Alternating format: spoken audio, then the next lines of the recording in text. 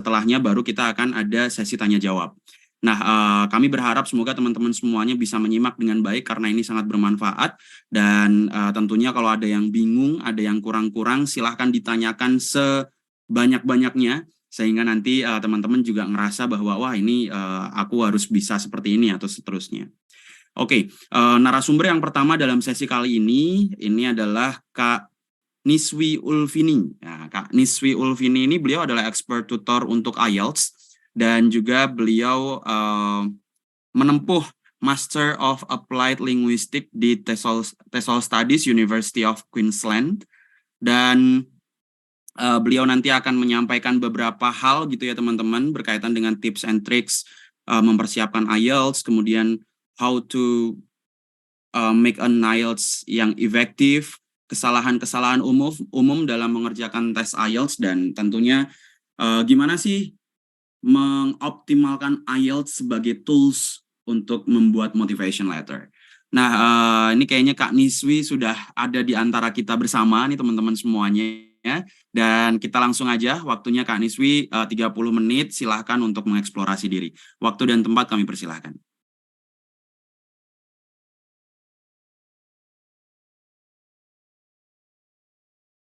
Di aku atau yang lain nih? Belum kedengeran Kak Niswi? Iya, belum kedengeran kan isi suaranya.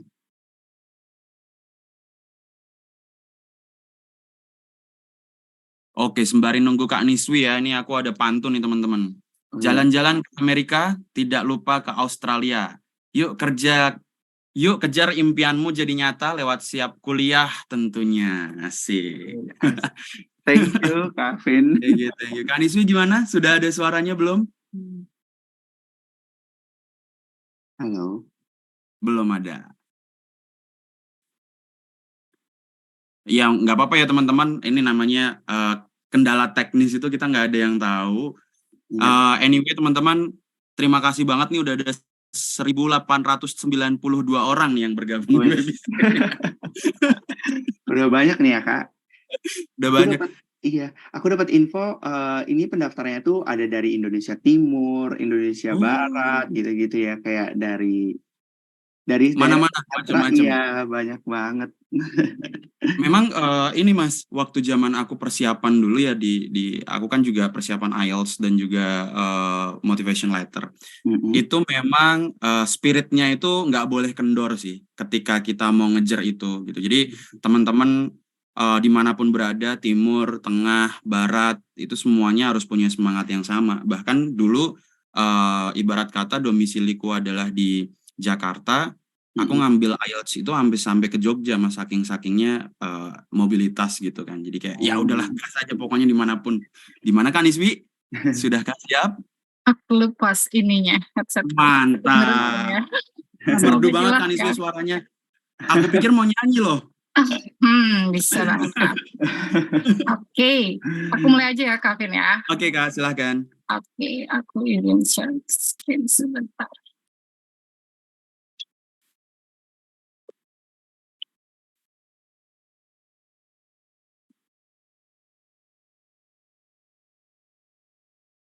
Oke, sudah terlihat ya. Aku show presenter view, tapi yang dilihat masih PPT bukan ya, slideshow. Sudah PPT-nya Kak, siap. Nice. Mas Wahyu, aku minta tolong dimatiin aja, aku sebagai co-host ini yang masuk-masuk baru agak mengganggu layar. Oke.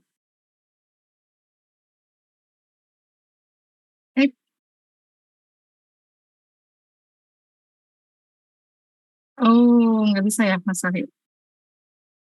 Sepertinya nggak bisa Mbak Iswi. Tim panitia boleh dibantu jadiin co-host lagi, berarti aksesnya co-host itu juga share screen. Atau ini aja deh, apa namanya, partisipan bisa share screen aja. Kayaknya nggak ada juga kok orang yang mau share screen. Oke. Aku aja ya yang share screen, kalian nggak usah. Iya. Oke, gimana Mbak Niswi? Apakah bisa? Bisa. Oke.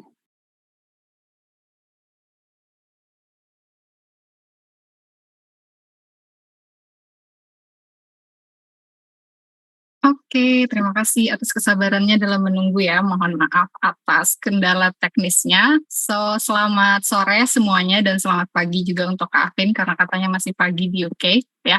Seperti yang tadi dijelaskan, nama aku Niswi dan lulusan dari Master of Applied Linguistics in the field of TESOL Studies, University of Queensland in Australia gitu.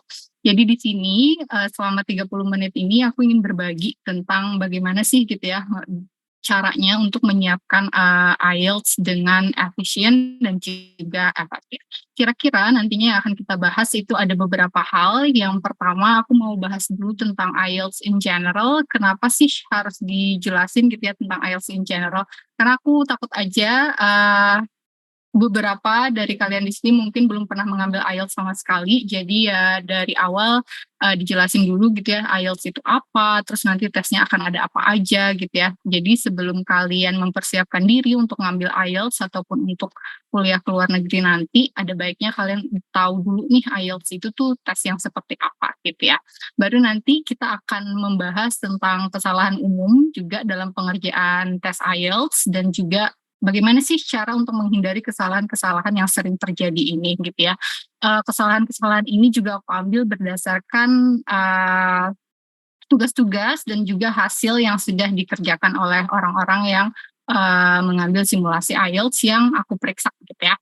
Kemudian nanti kita akan bahas sedikit tentang tips untuk mempersiapkan IELTS yang efektif dan juga kegunaan IELTS itu sendiri. Oke, yang pertama langsung aja ya yang kita bahas itu tentang IELTS. Jadi seperti namanya International English Language Testing System. Ya, IELTS itu tes kemampuan bahasa Inggris untuk kalian-kalian yang ingin melanjutkan pendidikannya ke luar negeri yang memang bahasa pengantarnya itu menggunakan bahasa Inggris gitu ya. Jadi kalau misalnya bahasa pengantarnya bahasa Arab ya of course IELTS itu bukan tes yang harus kalian dapatkan gitu ya. Jadi hanya untuk negara-negara ataupun studi-studi yang memang bahasa pengantarnya bahasa Inggris, ya of course kalian akan memerlukan yang namanya IELTS. Jenis tesnya ada berapa? Jenis tes IELTS itu sebenarnya ada dua. Yang pertama dia ada IELTS Academic, terus yang kedua itu ada IELTS General. Tapi yang akan kalian ambil karena of course gitu ya tujuannya itu untuk pendidikan atau melanjutkan pendidikan ke luar negeri, maka yang harus kalian ambil adalah IELTS Academic. Karena kalau IELTS yang general ini biasanya itu diambil kalau misalnya kalian mau bekerja ke luar negeri.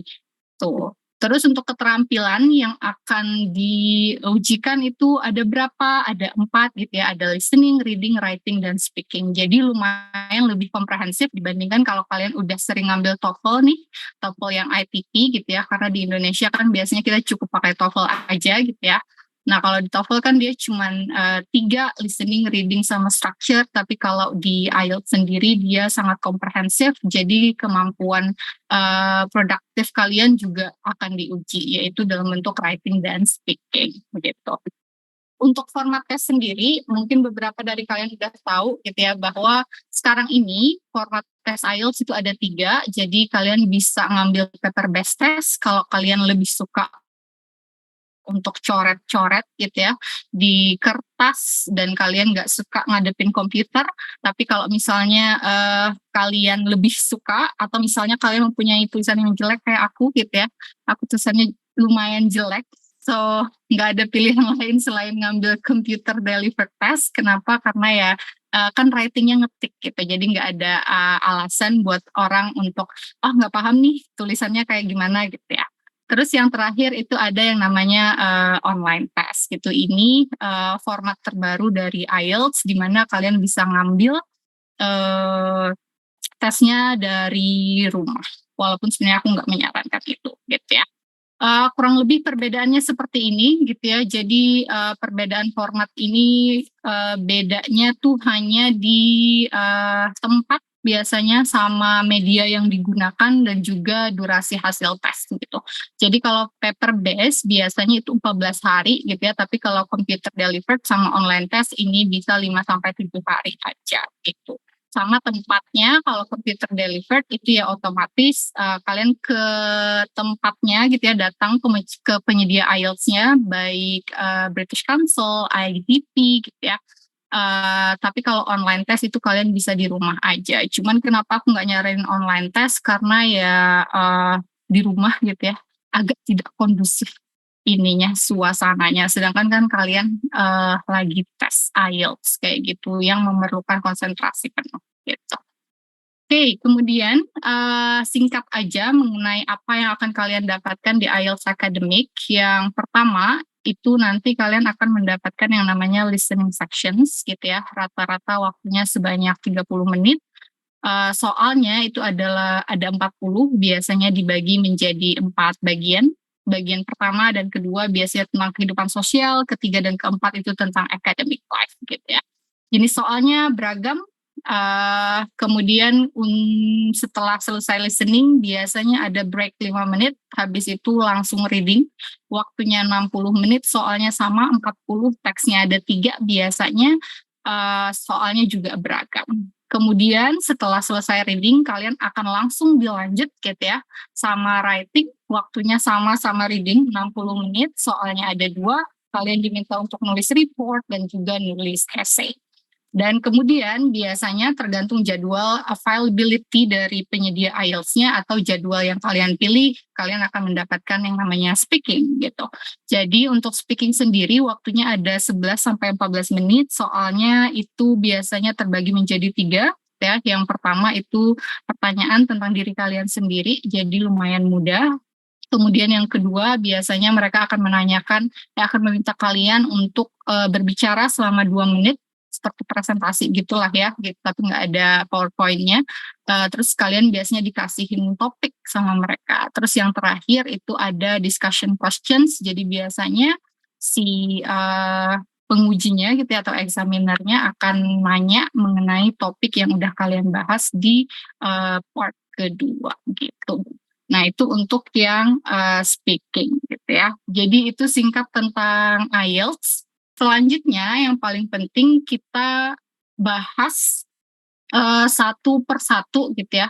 Sebenarnya aku mau bahas satu persatu soal dari si masing-masing skill ini, tapi waktunya pasti nggak akan cukup gitu ya teman-teman. Jadi silakan nanti kalian ikut preparationnya atau apa gitu ya untuk mengetahui jenis-jenis soal si IELTS ini kayak gimana. Jadi yang mau aku bahas selanjutnya adalah common mistakes dari masing-masing skill gitu ya, atau masing-masing kemampuan. Yang pertama yang akan kita bahas itu ada common mistakes in listening and reading and tips to avoid. Oke, apa aja sih beberapa kesalahan umum gitu ya yang aku temukan ketika ngecekin listening sama reading orang. Yang pertama, yang paling umum terutama untuk orang-orang yang baru sekali gitu ya mengikuti tes IELTS itu adalah not knowing the format. Biasanya karena kalian tidak prepare dengan baik, makanya biasanya banyak orang yang tidak mengetahui format tes IELTS itu seperti apa, dan kemungkinan mereka berharap gitu ya ketika nanti tes akan dijelaskan formatnya tuh akan seperti apa, cara jawabnya tuh seperti apa, itu nggak akan ada gitu. Jadi ketika kalian nanti ikut official test, kalian datang, duduk, dikasih kodenya untuk masuk ke komputer gitu ya, udah gitu aja. Sisanya itu urusan kalian sendiri gitu. Jadi ya mereka si penyedia IELTS-nya nggak akan ngejelasin ke kalian, oh cara jawabnya tuh seperti ini, masing-masing soal tuh cara jawabnya seperti ini gitu ya. So banyak banget gitu yang sering membuang-buang waktu dan kehilangan poin hanya karena mereka nggak tahu apa yang harus dilakukan untuk menjawab listening dan reading ini gitu. Jadi gimana dong kalau misalnya kita mau ikut tes IELTS dan menghindari gitu ya kesalahan yang satu ini. Yang pertama, kalian harus belajar apa yang akan kalian dengarkan gitu ya. Jadi audionya tuh akan seperti apa dan juga bacaannya atau reading text-nya akan seperti apa. Dan cara berpindah dari satu soal ke soal yang lain tuh kayak gimana. Ini sangat penting terutama di listening gitu ya. Kenapa? Karena banyak orang yang bingung gitu kan. ketika listening nanti dia satu audio itu untuk beberapa pertanyaan gitu. Jadi kalau misalnya kalian nggak tahu gitu ya cara pindah dari satu soal ke satu soal yang lainnya, kalian misalnya belum tahu formatnya kayak gimana, dan biasanya kalian akan ketinggalan. Tiba-tiba mereka baca audio atau muterin audio dari soal nomor 5 aja. Terus 1 sampai 4-nya kemana gitu kan, bingung gitu. So, it's really important, jadi sangat penting untuk kalian untuk mengetahui format ini dan cara perpindahan dari satu soal ke soal yang lainnya, gitu ya. Selain itu, kalian juga harus belajar soal apa sih gitu ya yang akan kalian dapatkan dan bagaimana cara menjawab masing-masing soal ini. Seperti yang tadi aku jelaskan sebelumnya di tentang IELTS in short gitu ya, bahwa jenis soal IELTS itu sangat komprehensif dan dia sangat beragam, jadi beda dengan TOEFL yang dia cuma pilihan ganda gitu ya. Kalau IELTS itu ada yang ngisi titik-titik, habis itu ada matching gitu ya, terus ada pilihan ganda juga, dan masing-masing soal ini mempunyai strategi yang berbeda-beda. Jadi of course kalian harus mempersiapkan diri, belajar jenis-jenis soal ini apa aja gitu ya, dan cara jawabnya tuh seperti apa, kayak gitu. Dan yang terakhir, kalian juga harus belajar gimana sih caranya membuat catatan gitu ya, atau menyorot informasi yang penting di IELTS. Ketika kalian mengikuti paper based test ataupun computer delivered test gitu ya, kalian tuh bisa nge-highlight teksnya, nge-highlight soalnya gitu ya, dan kalian juga bisa ngasih catatan-catatan kecil gitu. Kalau misalnya paper base ya udah kalian bisa langsung tulis di papernya gitu ya, di bookletnya. Terus kalau misalnya kalian ngambil computer delivered test nantinya itu kalian bisa highlight teksnya, highlight pertanyaannya, terus kalian juga bisa ngasih catatan kecil di teksnya kalau misalnya kalian mau menggunakan fitur itu gitu ya. Itu kesalahan yang pertama dan juga beberapa tips yang bisa kalian gunakan untuk menghindari kesalahan ini. Selanjutnya, mohon maaf. Oke, selanjutnya kesalahan yang sering banget adalah not following the instructions gitu ya. Kenapa sih ini bisa menjadi kesalahan? Karena itu tadi di IELTS itu ada berbagai jenis soal gitu ya, dan masing-masing soal itu mempunyai instructions yang berbeda-beda gitu. Jadi sangat penting untuk kalian membaca instruksi sebelum menjawab semua pertanyaan gitu ya. Misalnya kita punya contoh di sini gitu. Contoh instruksinya adalah now listen carefully and answer questions 1 to 5. Ketika kalian mendengar instruksi seperti ini, kalau misalnya kalian nggak dengerin dengan baik, maka bisa aja kalian akan terlewat gitu ya, bahwa ya kalian cuma jawab nomor 1 aja misalkan, atau sampai kalian udah jawab sampai nomor 10 misalnya, padahal audionya tuh baru sampai nomor 5 gitu. Jadi makanya sangat penting bagi kalian untuk mengikuti instruksi yang diberikan. Contoh lainnya adalah ketika misalnya di listening atau reading, nah biasanya salah satu jenis soalnya itu adalah completion gitu ya, atau mengisi titik-titik kalau dalam bahasa Indonesia biasanya. Nah contoh instruksinya tuh seperti ini gitu ya, write no more than 2 words and or a number gitu. Ketika kalian mendapatkan instruksi ini gitu ya, maksud dari pembuat tes itu adalah kalian bisa menuliskan 2 kata, kalian bisa juga menuliskan 1 kata, atau kalian bisa menuliskan 2 kata dan 1 angka, atau kalian juga bisa menuliskan 1 kata dan 1 angka gitu ya. Jadi selama jawaban kalian itu masih masuk dalam instruksi yang diberikan, maka jawaban kalian dianggap benar gitu. Tapi ketika misalnya jawaban kalian ini benar nih gitu ya, tapi kalian keluar dari instruksi yang diberikan, misalnya kalian jawabnya 3 kata, padahal jawabannya dari 3 kata yang diberikan ini 2 katanya benar nih gitu kan ya. Tapi karena 3 kata nggak ngikutin instruksi, itu nanti akan tetap dianggap salah gitu ya. Jadi nggak ada ampun kalau misalnya di IELTS. Kayak misalnya kita kan, oh ya udah nih kalau ngecek essay gitu ya, oh ya udah nih gitu kan, ini ada jawabannya nih sedikit-sedikit, ya udah dikasih nilai setengah gitu kan, atau misalnya ya udah dianggap benar aja karena kan jawabannya dia ada benar gitu ya, tapi di IELTS nggak akan seperti itu gitu. So gimana caranya supaya kalian nggak mengikuti kesalahan yang ini, yaitu pastikan kalian membaca instruksi sebelum percakapan dimulai karena pasti kalian memiliki waktu untuk ngecek instruksinya. Kemudian gunakan waktu yang diberikan untuk membaca soal dan informasi yang tersedia, dan cobalah untuk memprediksi jawaban gitu ya, dan dengarkan instruksi yang diberikan. Ini khusus untuk listening biasanya. Jadi di listening tuh instruksinya bukan cuma tertulis gitu ya di booklet atau di layar kalian, tapi juga di audionya juga ada instruksinya. Jadi pastikan kalian mendengarkan dengan baik instruksi yang diberikan. Gitu. Selanjutnya, ini juga sangat banyak dibuat gitu ya, ignoring the keywords and signpost words gitu. Dari pertanyaan yang dicetak, terdapat beberapa kata kunci dan juga kata hubung biasanya yang bisa kalian gunakan untuk mempermudah dalam menemukan jawaban dan juga mengikuti audio yang sedang didengarkan. Ini isu bagi sebagian orang, terutama di listening gitu ya. Kenapa? Karena di listening itu kadang karena dia satu audio itu untuk beberapa pertanyaan gitu kan ya. Jadi kalau misalnya kalian nggak terbiasa multitask ini dalam artian telinga kalian ngedengerin gitu ya, mata kalian membaca, tangan kalian ngetik gitu.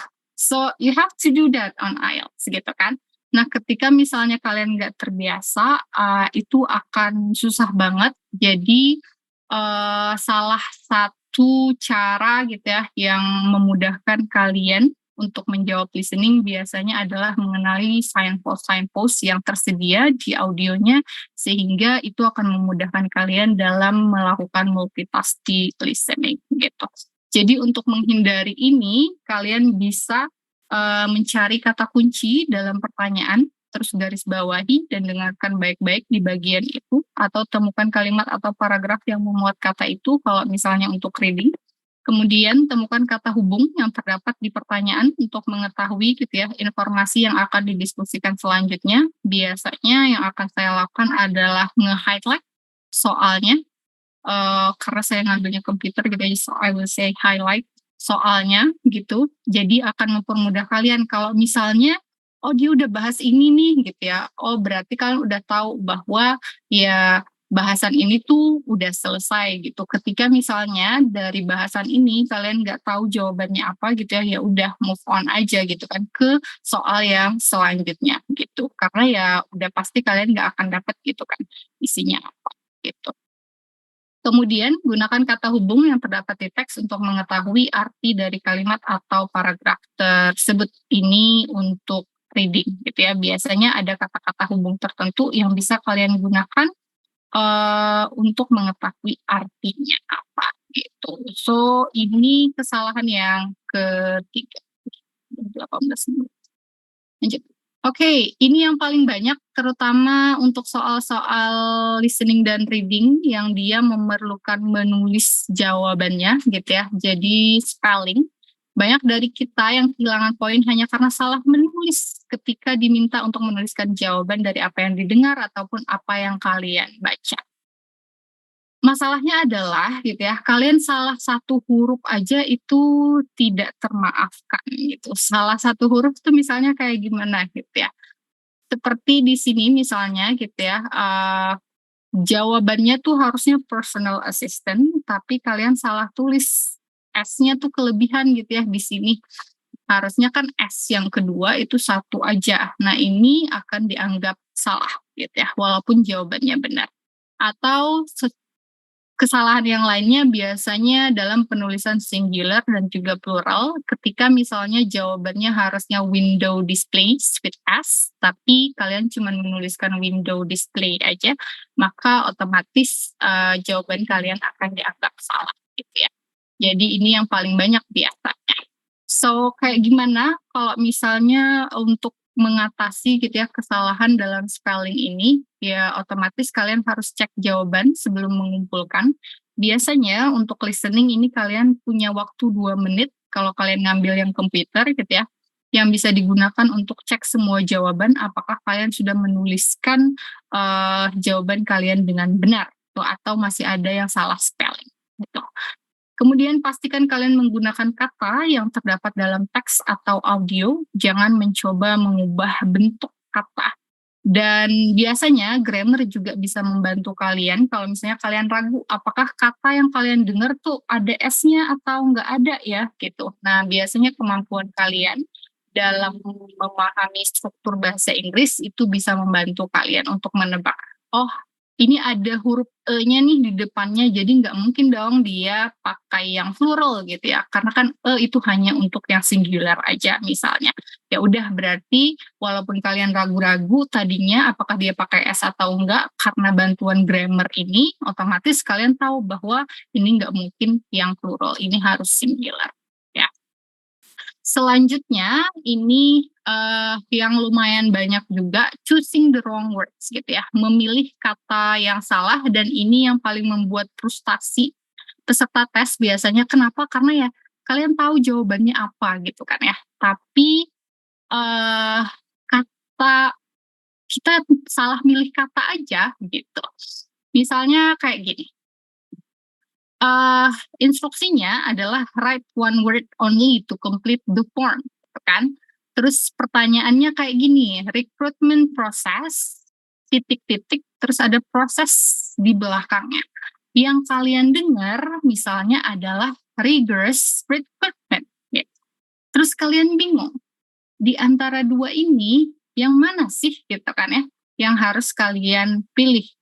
Rigorousnya kah atau rekrutmennya yang harus kalian isi gitu kan. Nah, ini yang biasanya membuat frustasi, terutama karena kita tahu jawabannya apa, cuman salah pilih aja gitu. Ini satu. Yang kedua, misalnya kayak gini ya. Instruksinya adalah write no more than 2 words to complete the summary. Dia teksnya seperti itu gitu ya, kalimatnya bla bla bla of greenhouse gases, yang kalian baca itu adalah si greenhouse gas emissions ini gitu. Karena misalnya oh ini bisa 2 kata nih gitu ya, jadi kalian akan menulis gas emissions aja di sini. Harusnya benar kan ya gitu, tapi itu akan dianggap salah. Kenapa? Karena ya di sini udah ada gasesnya gitu kan ya. Jadi di sini dia hanya perlu emissions aja, nggak perlu gas lagi gitu. Greenhouse-nya juga nggak perlu karena udah ada di sini gitu. So what's the tip to avoid these mistakes gitu ya? Yang bisa kalian lakukan itu bisa garis bawahi atau highlight kata-kata kunci dari setiap pertanyaan. Kemudian kalian bisa menemukan kalimat atau paragraf yang memuat kata kunci dan eliminasi kata yang sudah terdapat di pertanyaan. Biasanya menggunakan sinonim kayak yang tadi gitu ya, yang greenhouse gas. Udah ada berarti nggak perlu lagi dimasukin gitu. Dan bacalah pertanyaan dengan kemungkinan jawaban yang ditemukan, dan pastikan tidak ada kata yang maknanya terulang, dan pastikan juga jawaban yang dituliskan mengikuti aturan yang diberikan. Ya. Itu singkat mengenai listening dan reading. Kemudian kalau misalnya writing kayak gimana, aku akan cepat aja karena udah 23 menit. Jadi untuk yang writing, kesalahan yang paling banyak dilakukan itu biasanya underlying responses gitu ya. Karena soal IELTS gitu kan, mereka harus ngecek jawaban kalian, jadi otomatis ya kalian harus mengikuti aturan yang mereka berikan. Nah, biasanya isu yang paling banyak itu adalah underlying response, atau kalian tidak memenuhi minimal kata yang diberikan oleh mereka. Jadi untuk IELTS itu satuannya minimalnya itu 150 kata, sedangkan TOEFL ini minimalnya 250 kata. So at least kalian harus menulis 150 kata untuk yang pertanyaan nomor 1 dan 250 kata untuk yang pertanyaan nomor 2 gitu ya. Itu nggak bisa ditawar-tawar gitu. Kalau misalnya kalian nulis lebih sedikit, itu biasanya akan mempengaruhi nilai kalian. Kalau misalnya kalian nulis lebih banyak itu nggak ada masalah gitu ya. nggak akan kena penalti, tapi otomatis ketika kalian menulis lebih banyak, akan lebih banyak juga yang mereka cek, jadinya biasanya kesalahan dalam bentuk grammar dan vocabulary akan lebih banyak. Untuk menghindari si underlying response ini, kalian bisa menggunakan fitur word count. Jadi kalau misalnya ini enaknya computer delivered test gitu ya. Jadi ada word count-nya di ujung kanan bawah kalau nggak salah gitu. Jadi pastikan kalian ngecek gitu ya sudah berapa kata yang yang sudah kalian tuliskan, karena ada juga beberapa orang yang udah ada word count-nya tapi tetap aja gitu ya dia nggak ngecek dia udah nulis berapa kata gitu, yang akhirnya ya jawabannya mungkin kurang dari kata yang diminta oleh si IELTS gitu. Kalau misalnya kalian ngambilnya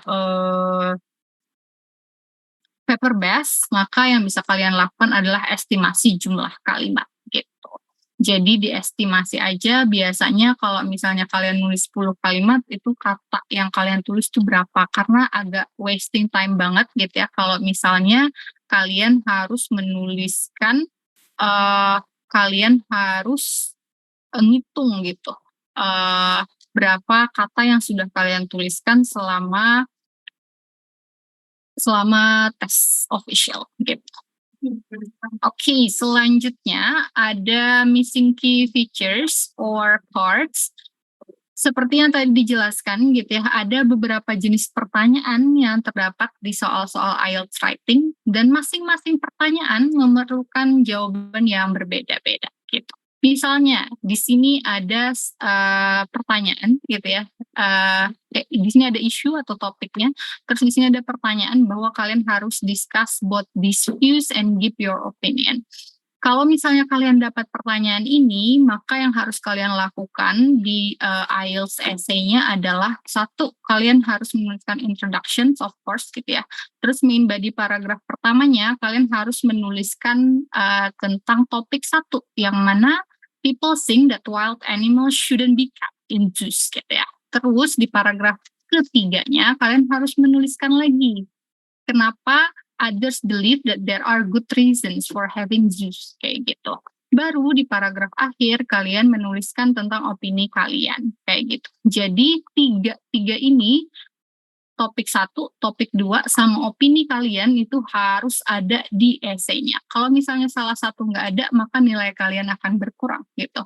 Kalau misalnya kalian cuma membahas tentang zoos aja tanpa nge-address gitu ya tentang pertanyaan ini, maka jawaban kalian juga nilainya akan berkurang kayak gitu. Jadi dan ini cuman salah satu pertanyaan di IELTS Writing 2 aja gitu ya. Ada masih banyak pertanyaan lain, dan makanya tipsnya kalian harus mempelajari setiap jenis pertanyaan ini dan cara menjawab supaya nanti ketika kalian udah tes official gitu ya, kalian udah ready dengan pertanyaan apapun, kalian udah tahu strukturnya apa gitu yang akan kalian tulis ya. Dan kalian juga bisa menggunakan beberapa menit sebelum mulai menulis untuk menganalisa pertanyaan agar tidak ada bagian yang belum terjawab. Yang ketiga, biasanya not enough paragraphing. Ingat, paragraphing ini sangat penting gitu ya di IELTS, baik IELTS Task 1 ataupun IELTS Task 2. Untuk IELTS Task 1 ini kalian nggak akan mendapatkan nilai 8 kalau misalnya paragraf kalian nggak baik. Dan kalau untuk IELTS Task 2 ini lebih strict lagi kalau misalnya kalian tidak menulis dengan paragraf yang baik dan benar gitu ya. Misalnya kayak gini tadi, mereka minta gitu kan kalian untuk ngediscuss both view sama your opinion. Jadi kalau misalnya kalian cuma menuliskan 2 paragraf aja, maka itu artinya nilai coherence dan cohesion kalian pasti akan berkurang. Karena dianggap kalian tidak menulis dengan paragraf yang baik dan benar gitu ya. Ini aku singkat aja. Oke, yang selanjutnya itu ada vocabulary and grammar mistakes. Of course, ini yang paling banyak gitu ya. Banyak orang yang baru belajar IELTS biasanya try to use big words gitu ya. Big words ini maksudnya adalah less common vocabulary. atau kosakata-kosakata yang baru kalian temui yang menurut eee, buku gitu ya, akan mendapatkan nilai yang tinggi. Tapi dia lupa gitu, gimana cara penggunaan yang benar. Jadi ya udahlah digunain aja, yang penting ada big words-nya gitu kan ya, dalam writing-nya. Then this is really really wrong. Kenapa? Karena ya, walaupun kalian menggunakan kata yang advance banget gitu ya, kata yang sangat jarang ditemui, tapi ketika misalnya penggunaannya salah, maka justru bukan nilai kalian nambah, tapi nilai kalian tuh akan menurun, kayak gitu ya. Jadi hanya gunakan vocabulary dan grammar yang memang kalian yakin. No worries, walaupun kalian misalnya nggak menggunakan kata-kata yang advance, ya itu at least kalian udah bisa dapat nilai sesuai standar, yang mana 6 atau 6,5 gitu ya. Hanya gunakan kata-kata yang kalian yakin, gitu. Terus untuk speaking sendiri, agak banyak.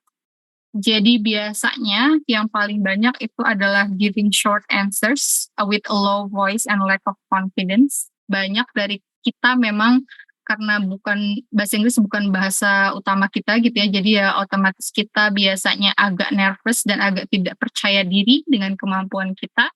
Makanya biasanya kita akan memberikan jawaban-jawaban yang pendek, but don't do that karena ya mereka hanya bisa menilai dari apa yang kalian produce atau keluarkan, jadi otomatis ngomong aja gitu dengan percaya diri gitu ya.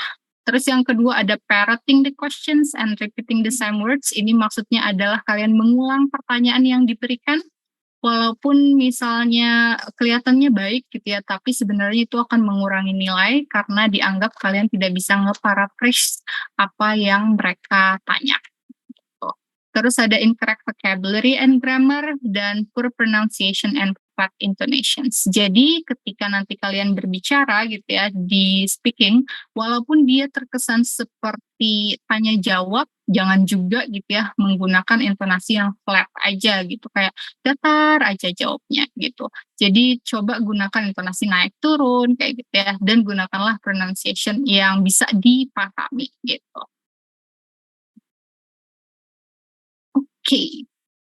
Oke, lanjut gimana kita caranya untuk nge-prepare for IELTS aja ya. Yang pertama, take a practice test gitu ya. Walaupun kalian saat ini memiliki kemampuan bahasa Inggris yang sangat bagus, belum tentu kalian akan mendapatkan hasil tes IELTS yang bagus jika tanpa persiapan atau practice test gitu. Kenapa? Karena kalian nggak aware sama tes formatnya seperti apa, time constraint-nya seperti apa gitu ya. Makanya sangat penting bagi kalian untuk mengambil simulasi tes IELTS supaya kalian tahu kekurangan dan kelebihan kalian tuh apa sih dalam menghadapi tes IELTS ini gitu ya. Terus apakah sebenarnya kalian udah siap untuk ngambil tes official, ataukah sebenarnya kalian perlu ikut preparation course for IELTS dulu gitu ya. Kemudian yang paling penting adalah usahakan gitu ya latihan yang benar-benar mirip dengan tes resmi. Kenapa sih harus benar-benar mirip? Karena sebenarnya banyak orang yang dia latihan sendiri, terus dia nggak di timing gitu ya latihannya, dan dia selalu mendapatkan nilai yang bagus. Terus dia ikut official dan ternyata nilainya anjlok gitu kan. Kenapa? Ya kemungkinan besar itu ada tes anxiety-nya yang berpengaruh kayak gitu kan, karena selama latihan dia enjoy mengerjakannya, tapi misalnya selama tes itu ada tekanan-tekanan tertentu gitu kan yang mempengaruhi nilai dia. Makanya sangat disarankan ketika kalian mau tahu kalian tuh ada di skor mana sih gitu ya. Ya otomatis tuh kalian harus ngambil simulasi yang benar-benar mirip sama tes IELTS itu sendiri. Kemudian yang kedua, find a study partner ya. Kalau misalnya listening dan reading biasanya nggak apa-apa ngerjain sendiri, tapi kalau writing dan speaking ini harus ada orang yang ngecekin jawaban kalian seperti apa, karena kalau kita sendiri kayaknya benar terus gitu ya jawabannya. Tapi kalau ada orang lain, nah mereka yang akan nunjukin ini salah dan ini harus diperbaiki gitu. Ini yang paling penting juga yang belum banyak orang gunain gitu ya, find out your learning styles, temukan learning style belajar kalian tuh kayak gimana gitu. Kenapa? Karena ya sebenarnya ketika kalian belajar dan tutornya misalnya ngasih tahu bahwa kalian tuh harus seperti ini, kalian tuh harus seperti ini, it doesn't work for everyone gitu ya. Jadi strategi-strategi yang diberikan itu sebenarnya tidak berlaku untuk semua orang karena kan kalian punya metode belajar yang berbeda-beda. Oleh karena itu sangat penting ketika kalian mempersiapkan untuk IELTS itu kalian belajar dan kalian cari oke, learning style saya tuh seperti apa sih gitu ya untuk menghadapi masing-masing tes ini gitu. Dan akhirnya nanti karena kalian udah prepare dengan baik gitu ya, waktu tes kalian hanya perlu menggunakan strategi yang udah kalian pelajari aja karena kalian udah tahu gitu. Kemudian vary your practice test gitu ya. Jangan sampai kalian cuman praktis dari satu buku aja. Nanti kalau misalnya karena kalau misalnya dari satu buku maka tingkat kesulitannya biasanya sama gitu kan. Nah, jadi kalian harus mencari practice test dari berbagai macam sumber. Kemudian kalian juga harus cari soal-soal yang mudah dan juga soal-soal yang susah supaya kalian bisa tahu range score kalian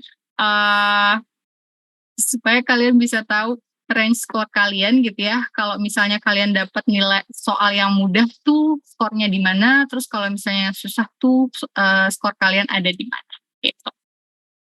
Dan yang terakhir, don't rely on express preparations gitu. Kenapa? Karena ya belajar IELTS itu adalah sebuah proses yang of course memerlukan komitmen, dedikasi, dan kerja keras.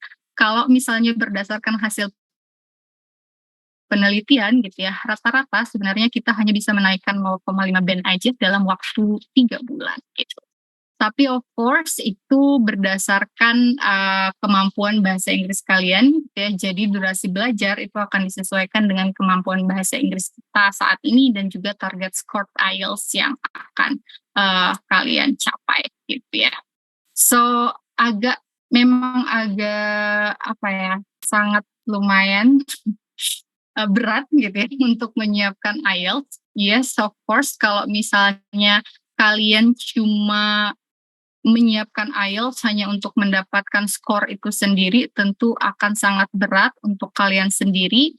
Tapi coba berpikir bahwa IELTS itu sebagai investment gitu ya. Jadi ketika belajar IELTS kalian bukan cuma ngejar skornya aja, tapi sebenarnya ada berbagai macam hal yang bisa kalian pertimbangkan.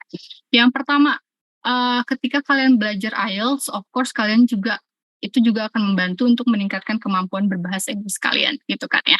Semua yang kalian pelajari tentu akan menambah lexical resources kalian, menambah pengetahuan kalian terhadap grammar gitu ya. Terus juga akan melatih kemampuan kalian dalam mendengarkan, membaca, menulis, dan juga berbicara.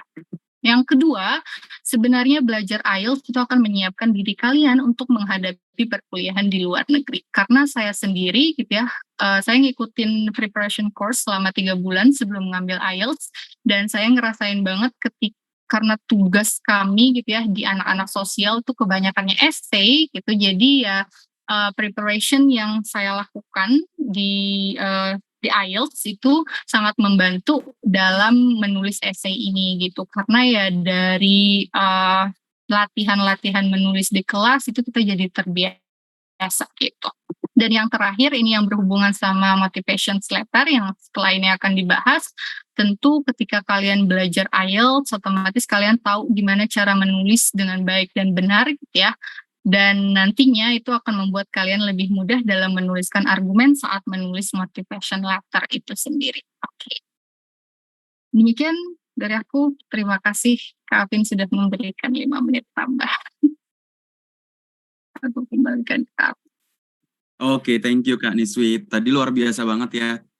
Waktunya, sesinya benar-benar komprehensif banget. Kita tadi bahas soal IELTS in general, kayak gimana sih pengenalan dulu kan kita apa sih IELTS. Mungkin teman-teman juga dari timur, dari tengah, dari barat ada yang belum familiar dengan IELTS itu apa. Kemudian dari situ kita berangkat bahwa dalam menyusun IELTS itu ada loh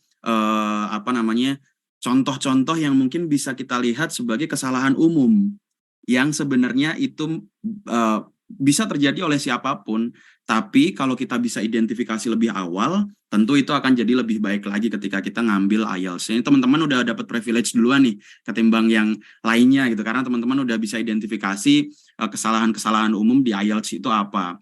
Terus kemudian setelah itu Kaniswi juga ngasih nih tips-tipsnya yang nggak mungkin nih teman-teman bisa didapetin di luar sana. Jadi makanya teman-teman tadi harapannya sih bisa nyatet. Kalau belum nyatet nanti masih ada sesi tanya jawab dengan Kaniswi. Minta diulang silahkan asal ada waktunya. Nah terus tadi juga Kak Niswi bilang apa sih yang harus kita lakukan sebelum kita melaksanakan IELTS test atau preparationnya tuh apa aja yang tentunya itu harus disiapin banget ya teman-teman. Karena kalau kita ibarat kata mau berperang tanpa berlatih, ya yang ada kekalahan yang kita dapat. Nah begitupun dengan IELTS test. Ketika sebelum kita melaksanakan IELTS test dan kita sok-sokan confident dan nggak ada preparation apapun, yang ada pas di hari H adanya keringetan, bingung, cengok, dan kayak aduh harus ngapain nih aku nih kayak gitu. Oleh karena itu teman-teman ini ada sekitar 156 dan akan nambah yang ada di sini. Aku doain semuanya dan Kak Niswi dan juga teman-teman dari Siap Kuliah pasti akan ngebantu dan ngedoain semoga dapat IELTS yang sesuai. Nah, Kak Niswi thank you. Mohon tetap berada di sini karena nanti setelah ini kita akan ada Q&A, sesi tanya jawab.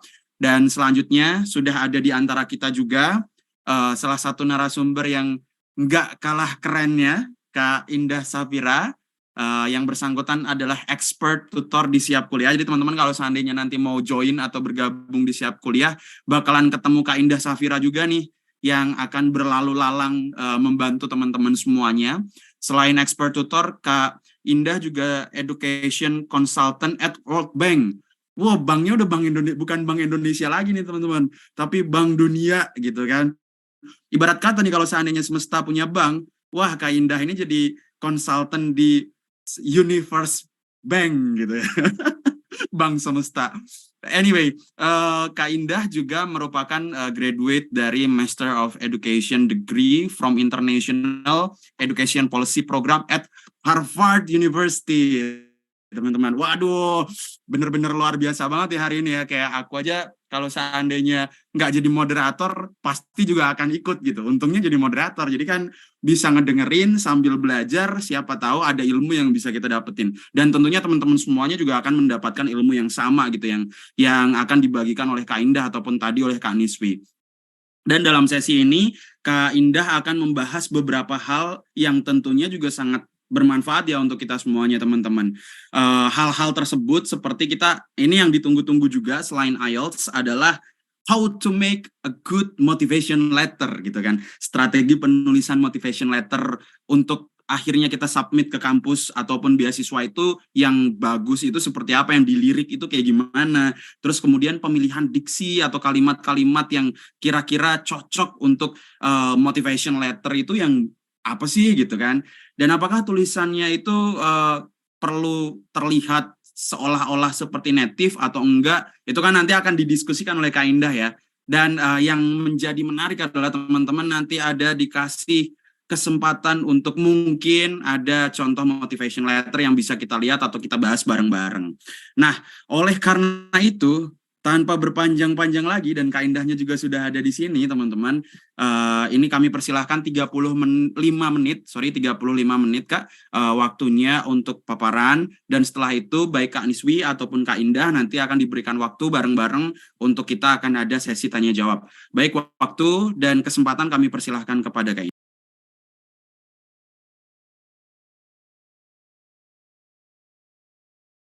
Masih di unmute Kak. Masih di unmute Kak. Belum kedengeran. Tapi aku bisa baca suara apa, lihat mulutnya Kak Indah nih. Suaranya masih mute, Kak Indah. Sambil nunggu Kak Indah nih Mas, aku masih punya pantun lagi. Pokoknya aku nyiapin pantun banyak banget nih. Nih kalau tadi kan soal Australia dan Amerika ya, kalau sekarang Inggris Raya nih. Hidup merantau di Inggris Raya, cakep. Ingin pulang ke Indonesia. Bagi kamu para pencari kuliah dan beasiswa, jangan lupa ikuti webinar seru yang ada milik kita. Oh, udah Kak Indah, udah oke.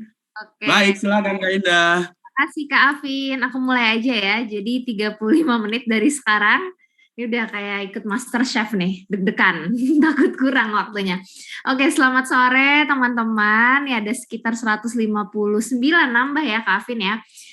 Tadi kita sempat bahas nih dari Kaniswi gimana cara-caranya buat teman-teman mempersiapkan IELTS. Nah, selanjutnya nih akan ada lagi satu komponen yang gak kalah pentingnya dan nantinya teman-teman pada saat apply beasiswa, apply program, apply universitas itu pasti akan ditanyakan. Kalau misalnya teman-teman di sini ada yang mau kerja di luar negeri juga, ini mesti ditanyakan si motivation letter. Walaupun di Indonesia nggak banyak ya, biasanya kita cuma diminta CV sama resume, tapi kalau kerjanya di luar atau mau ikut program apapun tuh pasti diminta esai. Nah, hari ini kita akan bahas nih lebih detail bagaimana sih menulis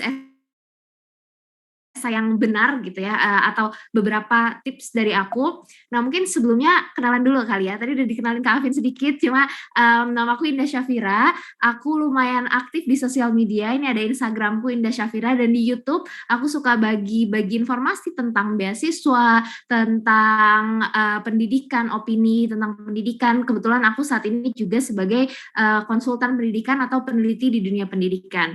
Nah, jadi hari ini teman-teman kita akan bahas tentang esai. Yang pertama kita akan cari tahu dulu nih, kenapa sih menulis esai itu penting gitu ya. Apalagi buat teman-teman yang di sini mau balik lagi ke sekolah nih, mau balik lagi jadi students. Terus yang kedua kita akan bahas bagaimana sih struktur esai yang baik, bagaimana cara untuk brainstorm ideas, bagaimana cara untuk outline. Kalau tadi sempat Kaniswi bahas sedikit tentang esai di IELTS, ya mungkin strukturnya nggak jauh berbeda gitu ya. Cuma topiknya kali ini adalah tentang dirinya teman-teman, tentang backgroundnya teman-teman. Kalau tadi di IELTS mungkin teman-teman harus bikin esai yang mungkin sesuai sama topiknya gitu, atau topiknya tentang opini teman-teman. Tapi kalau khusus di motivation letters ini, nanti dia topiknya pasti tentang alasan kenapa teman-teman mau apply program tersebut, atau tentang backgroundnya teman-teman. Dan yang terakhir kita akan coba bedah esaiku waktu aku apply ke Harvard. Oke, nah mungkin sebelum kita mulai nih teman-teman, aku mau sedikit kasih gambaran nih, kenapa sih si motivation letter ini perlu banget kita persiapkan dari jauh-jauh hari. Kalau tadi mungkin teman-teman udah kebayang IELTS itu perlu banget disiapin dari jauh-jauh hari, karena memang teman-teman harus terbiasa mengerjakan soal-soalnya, terbiasa dengan pola bagaimana bentuk soalnya gitu. Nah, sama dengan motivation letter, walaupun Kak Indah kayaknya gampang deh, orang topiknya tentang diri sendiri, secara udah paling tahu lah tentang diri sendiri gitu kan. Nah, tapi kalau dari aku, menurutku esai ini salah satu komponen yang bobotnya lumayan berat, sehingga teman-teman jangan sampai mepet, jangan sampai cuma sebulan sebelum deadline atau beberapa minggu sebelum deadline. Benar-benar take your time buat alokasiin waktu sehingga esainya teman-teman nanti bisa maksimal. Nah, ini sedikit gambaran pengalamanku waktu aku SMA, itu aku sempat ikut pertukaran pelajar di USA. Ini beasiswa dari Bina Antar Budaya, disponsori sama pemerintah Amerika. Itu syarat-syaratnya ada, bahkan mereka nggak minta IELTS, jadi bahasa Inggrisnya bisa belajar di sana, tapi mereka minta esai, mereka minta motivasi, letter motivationnya ya, esai motivasinya. Terus juga waktu aku S1 di Jepang itu aku nggak dimintain sertifikat bahasa Jepang, boleh pakai IELTS, tapi tetap dimintain motivation lettersnya atau personal statement. Terus aku juga sempat exchange di Meksiko, ini juga sama, diminta IELTS, diminta nilai rapor, dan diminta motivation letters atau personal statement-nya. Dan yang terakhir juga waktu aku intern nih teman-teman, waktu magang di luar negeri, aku sempat magang di United Nations di New York, itu nggak dimintain rapor, cuma dimintain CV, tapi sama personal statement juga. Dan yang terakhir, waktu aku apply ke Harvard, itu juga salah satu banyak kan requirement-nya, salah satu requirement-nya adalah bikin personal statement dengan beberapa prompt yang sudah disediakan. Nah, kalau dari program-program yang aku apply tersebut, kira-kira teman-teman bisa nebak nggak nih, kira-kira kesamaannya apa ya dari seleksi program-program tersebut? Boleh ditulis di kolom chat. Apa kesamaan dari seleksi atau requirement-nya nih, apa nih kesamaan dari program-program yang tadi aku sempat apply? Oke, ini udah ada Ifat ya, butuh motivation letters Kak Indah, makanya itu jadi topik kita sore ini, bener banget ya. Jadi semua program yang teman-teman nanti akan baik buat pendidikan ataupun buat profesional, internship, magang, buat bekerja itu akan diminta motivation letters atau personal statement-nya teman-teman. Nah, itulah kenapa menjadi penting skill menulis esai. Karena nanti ke depannya buat teman-teman di sini boleh tahu nggak nih kalau yang lagi proses apply S2 boleh raise hand nggak? Ada banyak nggak nih? Atau udah apply? Lagi nunggu, ini bulan Maret biasanya lagi nunggu hasil nih, yang udah apply tahun lalu Desember biasanya ya. Oke, ini ada 8 orang yang akan apply ya, banyak ya. Mungkin ada yang satu clap nih, mungkin ini yang udah menerima tawaran tapi lagi galau-galau mau ngambil yang mana. Oke, nah jadi memang teman-teman di sini posisinya lagi butuh ya informasi buat gimana cara nulis personal statement dengan struktur yang baik, yang maksimal sehingga teman-teman bisa meyakinkan admission office atau orang yang membaca esai tersebut bahwa teman-teman adalah kandidat yang tepat.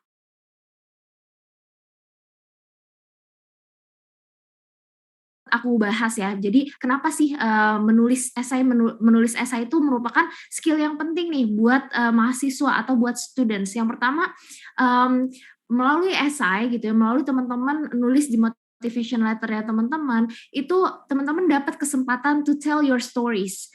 Kalau teman-teman lihat di CV gitu ya, resume CV, memang kita bisa naruh banyak list, oh udah pernah volunteering di sini, udah pernah ikut program ini, tapi kan bentuknya list-list doang kan. Kalaupun ada description ya itu paling cuma 1-2 kalimat, cuma 2 baris aja, nggak bisa naruh 2 paragraf di resume kita. Nanti resumenya jadi skripsi kan, 160 halaman tentang kehidupan kita.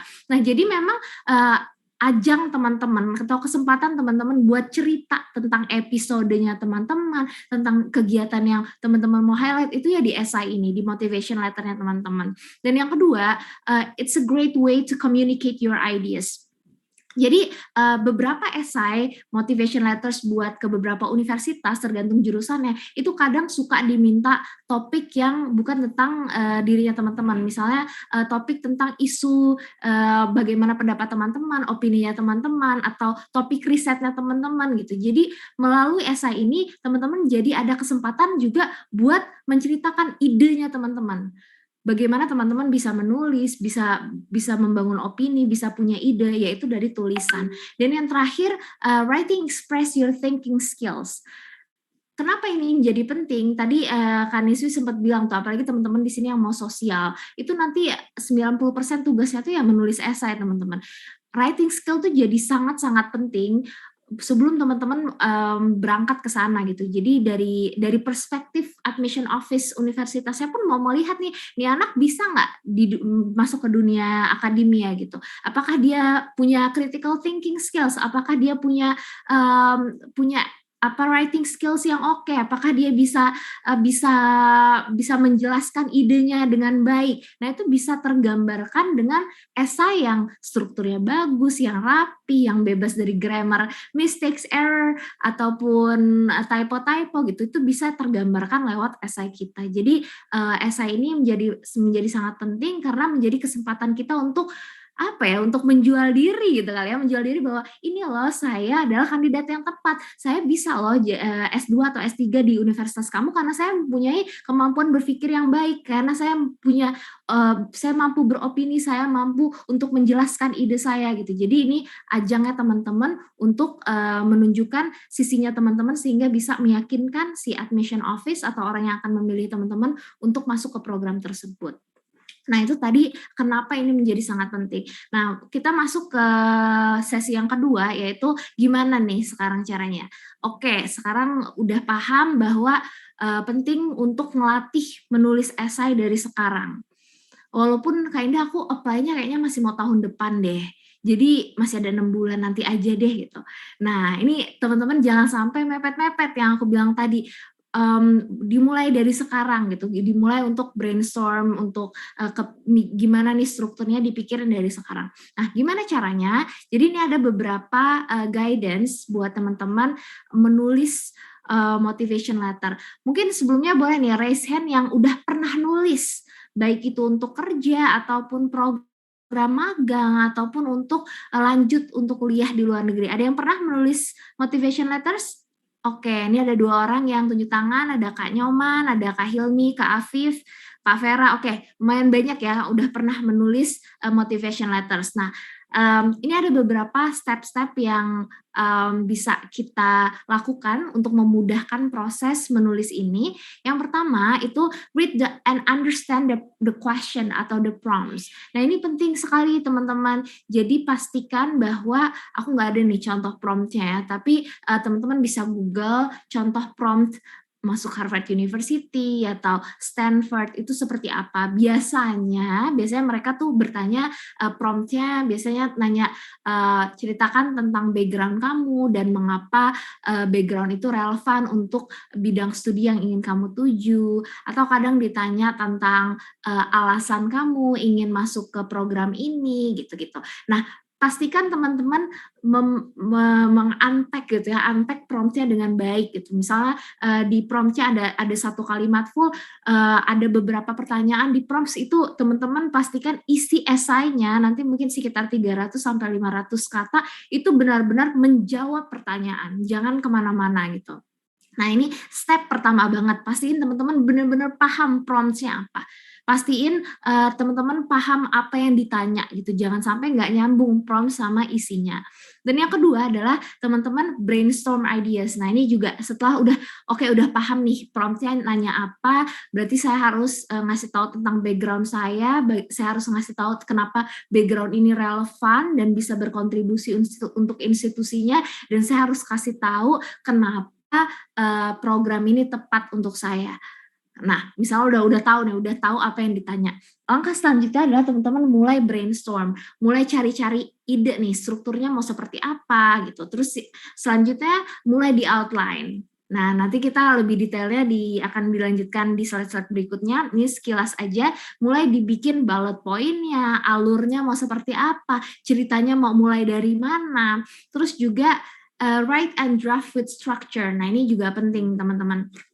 Coba untuk di draft sesuai dengan struktur. Ada beberapa, nanti kita akan bahas lebih detail beberapa style ya. Ada yang dia isinya kayak intro, body, terus conclusion, itu yang paling umum. Tapi ada style menulis lain yang dia biasanya ada rebuttal-nya, ada beberapa struktur, itu macam-macam. Teman-teman bisa Google struktur menulis esai, style seperti apa, lihat di universitas tersebut rata-rata itu style seperti apa. Tapi secara umum itu yang biasa kita temui sih, yang pembuka, badinya, isinya tuh biasanya ada 3 poin, nanti di akhirnya conclusion. Terus yang terakhir adalah proofread. Nah, ini penting banget teman-teman. Jadi pastikan nggak ada grammar yang salah atau typo, atau kalau ada kata-kata yang teman-teman bisa perbaiki lagi, paraphrase biar jadi lebih baik, itu bisa teman-teman perbaiki lewat proofread beberapa kali. Dan ini bisa banget juga teman-teman minta orang yang teman-teman percaya untuk proofread. Waktu itu aku sendiri juga ada beberapa teman-teman yang memang kita sama-sama mau apply ke luar negeri, akhirnya kita saling baca dan saling komentarin esai satu sama lain. Nah, buat teman-teman yang mungkin ikutan program siap kuliah, itu ada khusus tutor-tutor yang memang mereka bertugas untuk proofread gitu ya, untuk memastikan strukturnya oke dan lain-lain, dan bisa langsung diskusi. Nah, itu beberapa langkah-langkahnya. Ayo kita bahas lebih detail lagi. Yang tadi setelah teman-teman udah tahu promptnya, questionnya seperti apa, kita mulai masuk ke brainstorm. Udah mulai mikir nih, oke, dia nanyain tentang backgroundnya mau mulai dari mana ya Kak Indah? Mau mulai dari TK nggak masalah kalau memang relevan gitu. Lama banget ya aku kurang rekomendasiin, tapi kalaupun memang ada benang merahnya dan menarik ya bisa-bisa aja gitu. Mungkin biasanya kalau mau apply S1 di luar negeri, mulai cerita kegiatan-kegiatan di SMA-nya, bagaimana mungkin pernah bikin project atau kelas-kelas yang diambil pas SMA, atau yang mau S2 bisa ceritain tentang bagaimana S1-nya dan lain-lain. Nah, ini kembali lagi ke storyline yang teman-teman ingin sampaikan melalui esai. Nah, ini ada beberapa langkah-langkah nih teman-teman, seperti yang pertama, reflect on your personal and professional experience. Nah, ini juga bisa teman-teman pada saat lagi brainstorm, lagi mikir-mikir mungkin sama diri sendiri, coba untuk flashback gitu ya, kira-kira pengalaman apa nih yang bisa dimasukin, baik sifatnya dia akademik maupun profesional, misalnya pernah magang atau kegiatan, pernah bikin project, pernah ikutan social project, atau pernah ngambil kelas yang kira-kira relevan dengan bidang studi yang diambil. Itu teman-teman coba refleksikan sama diri sendiri.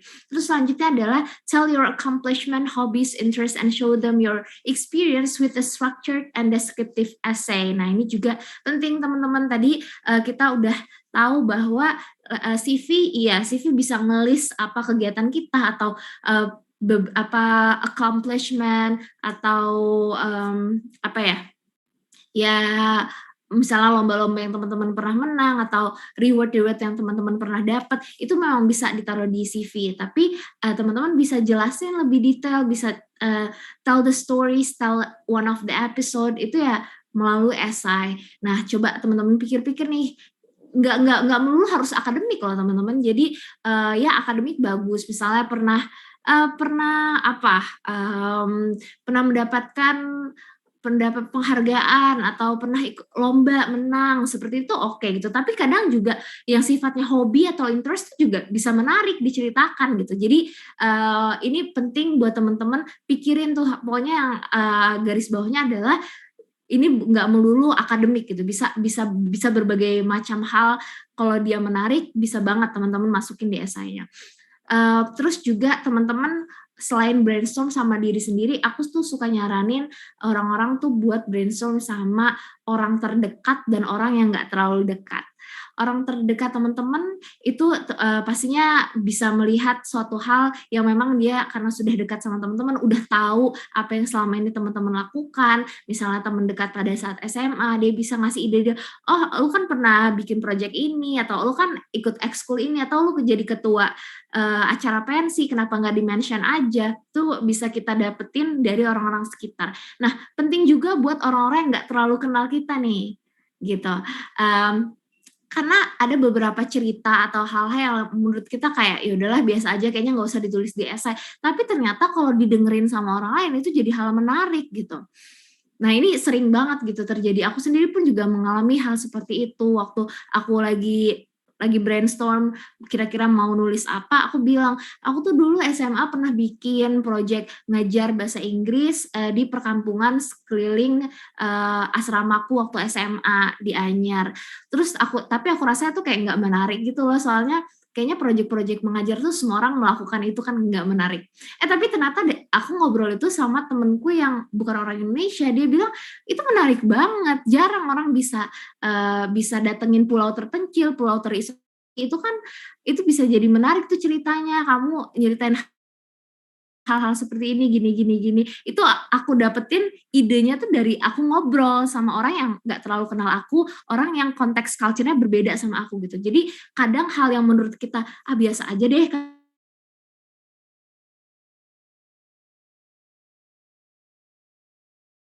sangat menjual buat teman-teman masukin di esainya gitu. Jadi itu sih saranku, selain refleksi sekali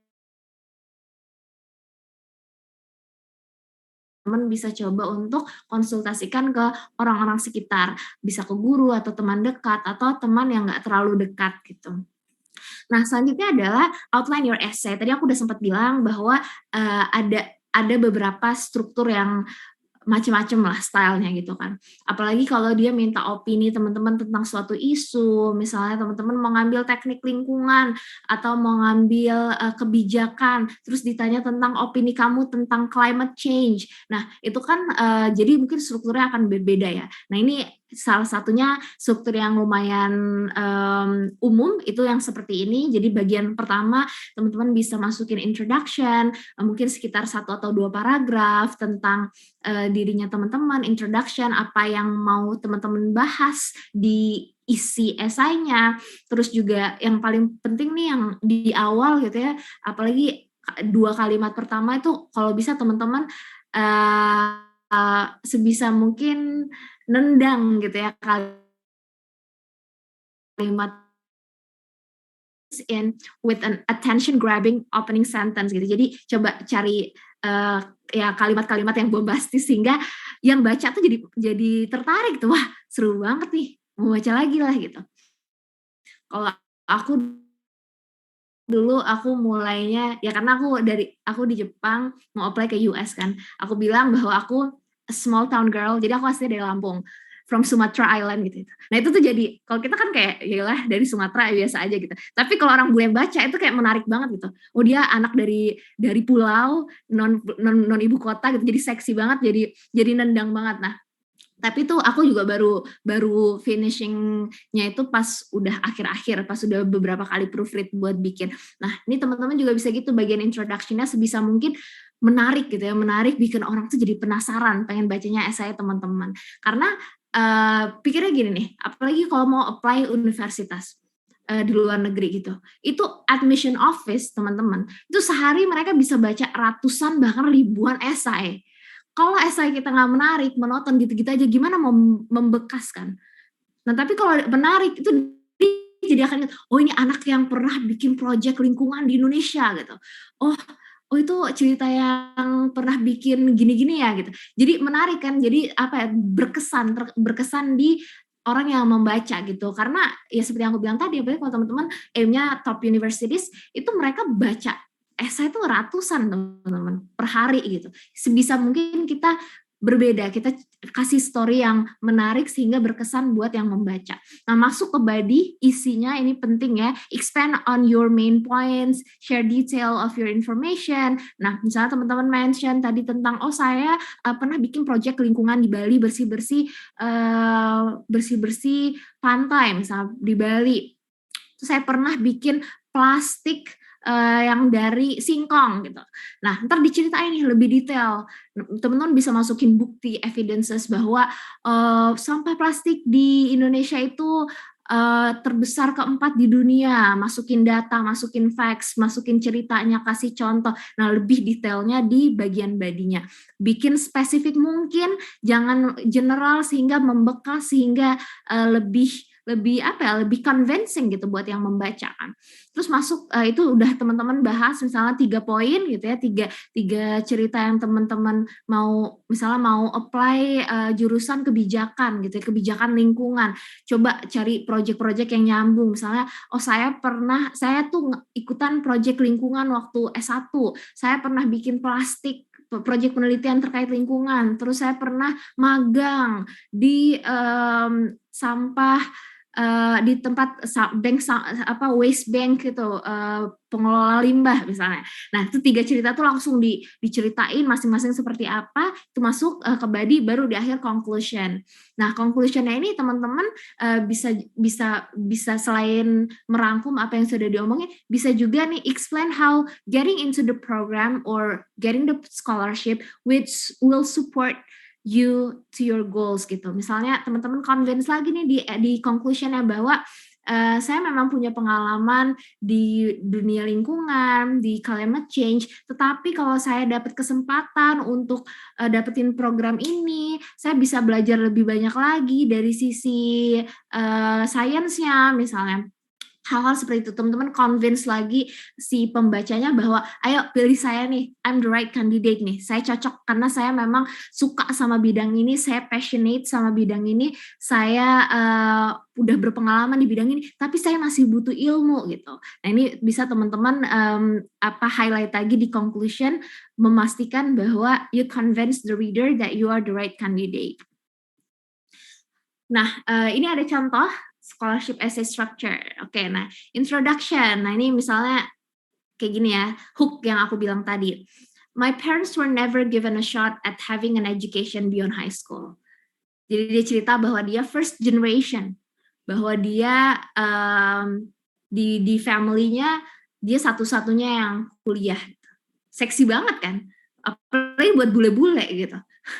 Nah ini lagi nih, ini kalau ini punya aku. Growing up in a small town in Indonesia, I managed to be the first member of my family to leave the island. and study abroad. Padahal islandnya Sumatera gitu. Kayaknya banyak sebenarnya yang cabut dari Sumatera yang merantau kan. Cuma framingnya tuh kita bikin seksi gitu buat dibaca orang-orang non Indonesia. Oh ini menarik nih ceritanya. Ini salah satu hook.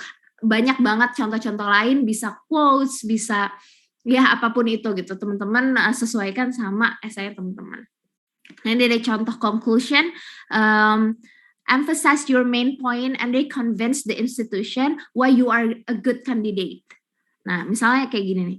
I believe the distinctive academic environment and expertise of international education policy beneficial for developing my personal skills and my professional work. Nah, ini aku bilang lagi bahwa programnya nih cocok banget loh sama gue, ayo pilih gue aja gitu kan. Terus di akhir dengan mendapatkan beasiswa ini, alasannya seperti apa, kenapa beasiswa. Nah, ini contoh aja sih. Saya bisa fokus berkarir, saya bisa fokus untuk study tanpa harus khawatir bagaimana support me financially gitu. Nah, itu contohnya. Terus, kita masuk ke sesi terakhir, bedah esai.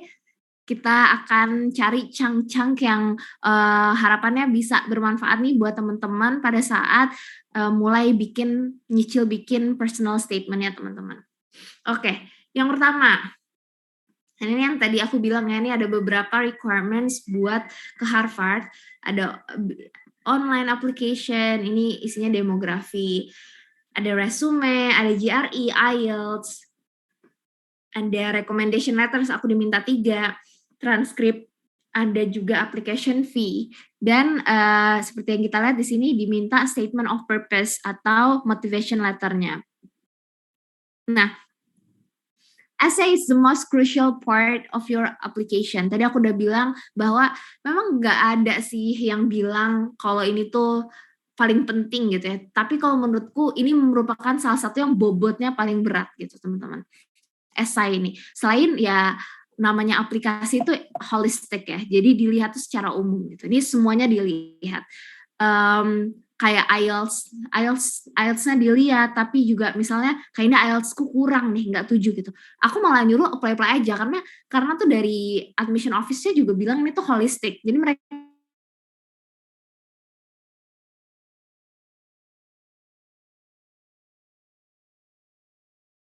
matematikanya gimana,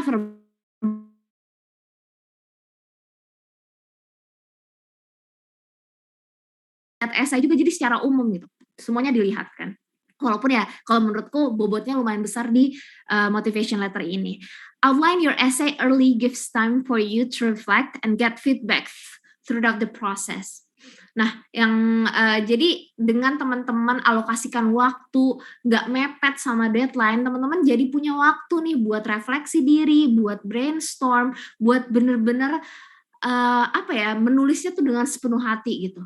Aku sendiri tuh kalau boleh jujur tuh ada momen-momen yang sampai nangis gitu pas nulisnya karena benar-benar emosional kan. Jadi kita flashback ke gimana perjalanan di masa lalu, hal-hal yang mungkin menyakitkan, hal-hal mungkin nggak mudah gitu perjalanannya, itu semua dituangin ke esai gitu. Jadi kalau teman-teman punya waktu untuk melakukan refleksi diri tersebut, itu akan jauh lebih baik ketimbang mepet ke deadline gitu. Jadi pastikan mulai nulis se-early mungkin gitu. It's your chance to pitch yourself to the admission committee. Tadi aku udah bilang bahwa ini tuh ajangnya teman-teman buat quote-unquote ngejual diri gitu kan. Karena ini tuh kesempatan teman-teman buat ngobrol sama yang membaca, buat ngasih tahu episodenya seperti apa, bagaimana background-nya teman-teman gitu. Jadi kesempatan yang baik untuk you're applying to. Ini juga penting nih teman-teman. Jadi pastikan teman-teman riset dengan baik, isi programnya seperti apa, kurikulumnya seperti apa, sekolahnya seperti apa, sehingga bisa kita tulis sehingga kelihatan nih esainya bukan copy paste dari application lain kan. Soalnya kayaknya aku mau apply 10 universitas, nggak apa-apa sih kalau mau esai di copy, tapi pasti yang ada yang kita adjust kan, ada yang kita adjust yang sesuai sama program tersebut. ini is not only balance from international education, microecon, policy analysis. Nah, ini aku tahu nih kurikulumnya bahas apa aja. Dengan cara ya aku riset universitasnya tuh seperti apa, kurikulumnya apa, programnya seperti apa. Sehingga aku bisa nulis kayak gini di esaiku bahwa aku suka banget sama programnya karena dia balance. Ini loh yang dipelajari, and it's also will help me broaden my network through its cross registration. So aku bilang bahwa aku riset univnya ini ternyata bisa ngambil kelas di MIT gitu. Harvard sama MIT kan dia kayak sister school, deketan dan bisa ngambil kelas di tempat lain gitu. Nah ini kalau aku apply di Stanford, aku nggak bisa copy paste ini kan gitu. Jadi kelihatan di esainya yang baca juga kelihatan, oh nih anak udah riset, oh nih anak nggak asal copy paste apply doang gitu. Jadi pastikan teman-teman spend time to research the degree or the program that you are applying to. Terus juga emphasize not only what you're hoping to learn, but also what you can bring to the table. Seringkali kita di esai gitu ya, apalagi esainya promptnya nanya kenapa mau apply di sini. Kadang kita fokusnya ke bagus-bagusin nih program gitu kan. Wah saya mau apply di sana soalnya faculty-nya world class, dosen-dosennya tuh peraih Nobel, programnya bagus, kurikulumnya bagus, ininya bagus, fasilitasnya bagus. Coba kalau kita dari perspektif universitasnya gitu, ya mereka udah tahu mereka bagus gitu kan, so what? Nah, pentingnya tuh bukan cuma ngebagus-bagusin di program, tapi juga ngasih tahu apa sih yang bisa saya kontribusikan ke institusi Anda gitu. Nah ini misalnya aku bilang di sini, as someone who has teaching experience in a school on an isolated island and has studied in 5 countries, I can bring this during class discussion. Aku bilang bahwa aku punya pengalaman mengajar di berbagai konteks negara berkembang dan negara maju. Pengalamanku ini bisa sangat berkontribusi pada saat kita lagi diskusi di kelas. Nah, itu contoh kontribusi yang mau aku bawa. Things that I want to bring to the table. Nah, teman-teman coba pikirin misalnya, oh saya mau apply program data science gitu. Kira-kira apa nih yang bisa teman-teman kontribusikan ke institusi tersebut. Misalnya teman-teman bilang bahwa saya udah biasa ngerjain big data di konteks negara berkembang seperti Indonesia. Saya udah punya pengalaman ini. Pengalaman tersebut bisa pengalaman mengolah data tersebut bisa ya memperkaya diskusi pada saat di kelas misalnya. Nah, hal-hal seperti itu coba teman-teman pikir kira-kira apa nih yang bisa saya kontribusikan ke institusi tersebut? Apa yang bisa saya bring to the table? Nah, itu.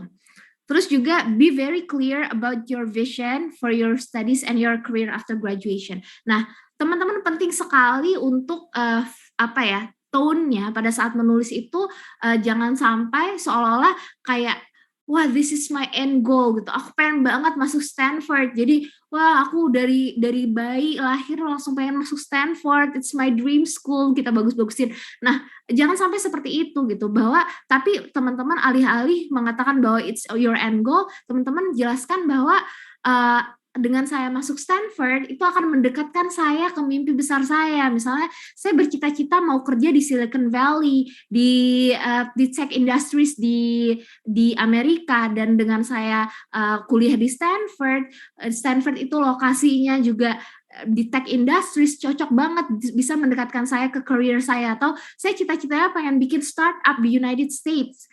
Dengan saya di Stanford, saya dapat kesempatan untuk akses ke para venture capitalist, para investor yang ada di sana. Saya dapat kesempatan untuk ketemu dan build network. Nah, bilang seperti itu gitu. Nah, sama aku juga bilang gitu bahwa aku tuh punya cita-cita besar loh. Cita-citanya tuh ini gitu. Dengan saya ke Harvard, itu bisa Harvard itu bukan end goal-nya saya, bukan cita-cita terbesar saya, tapi dengan saya ikut program ini akan mendekatkan saya satu langkah lebih dekat ke cita-cita besar saya. Jadi be very clear apa yang mau teman-teman lakukan di universitas tersebut, sama setelah lulus tuh mau ngapain gitu.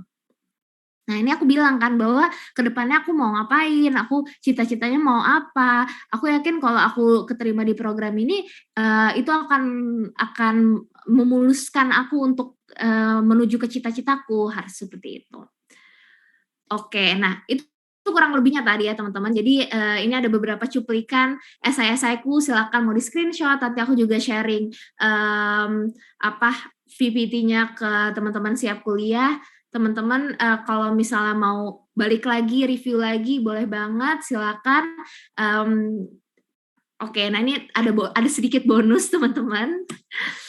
Oke, nah gimana nih caranya biar esainya bagus ya? Ini juga akan membantu teman-teman di IELTS sih. Jadi perkaya kosakata. Gimana cara biar diperkaya kosakatanya? Teman-teman apa ya, kosakata bahasa Inggris di social media atau di percakapan sehari-hari itu sangat berbeda dengan kosakata yang ada di jurnal yang profesional gitu. Nah, jadi mulai sekarang tuh biasakan membaca jurnal, biasakan membaca berita-berita, membaca di BBC itu kan banyak vocab yang tadi kalau kata Mbak Niswi itu big words gitu ya, advanced word gitu. Kalau teman-teman bisa paham cara penggunaannya dan yakin banget untuk menggunakannya, go ahead use it gitu. Tapi ya teman-teman benar-benar harus paham. Gimana cara biar paham? Ya terus-terusan get familiar with the words gitu. Dengan cara ya coba untuk baca-baca buku-buku non fiksi atau baca berita, baca jurnal, sehingga teman-teman bisa memperkaya kosakata dan benar-benar paham sama kosakata tersebut, sehingga esainya nanti bisa bentuknya bisa lebih baik. Oke, sekian dari aku, sepertinya cukup ya waktunya ya, Kak Afin ya. Just in time. Oke, aku kembalikan ke Kak Afin, silakan. Thank you Kak Indah, luar biasa banget. Tadi yang disampaikan benar-benar komprehensif berkaitan dengan how to make a good motivation letter. Keren banget dari mulai kenapa gitu kan, kenapa motivation letter itu sangat penting buat kita sebagai calon-calon ataupun yang sedang, dan aku juga mungkin yang saat ini sedang belajar.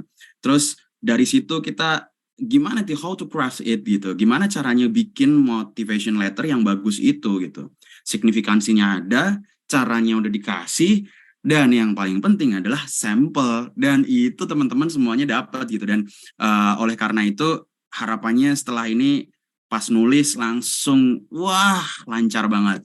Oke, kita langsung aja masuk ke sesi yang sangat penting teman-teman, selain daripada tadi juga penting-penting banget, yaitu adalah sesi tanya jawab atau Q&A. Kami persilahkan Kak Niswi dan juga Kak Indah untuk standby Kak, karena siap-siap ini akan ada 3 pertanyaan yang nanti kita kasih 3 kesempatan, 3 pertanyaan, dan waktunya kurang lebih 15 menit dari mulai tanya jawab in total. Jadi kayak tanya sama jawab total 15 menit. Saya minta tolong bantuannya Mas Wahyu juga, mungkin nanti kita untuk milih 3 orang ini kira-kira siapa aja yang mau nanya.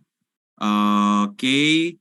Kita langsung mulai aja ya Mas Wahyu, mungkin melalui raise hand. Silahkan teman-teman raise hand yang mau nanya. Langsung banyak tuh. Kak Nabil dan Kak Destiana ya. 2, untungnya 2, kalau banyak bingung aku. Tapi sebenarnya ada banyak nih. Cuma mungkin masih malu-malu. Pas nih Kak Nyoman.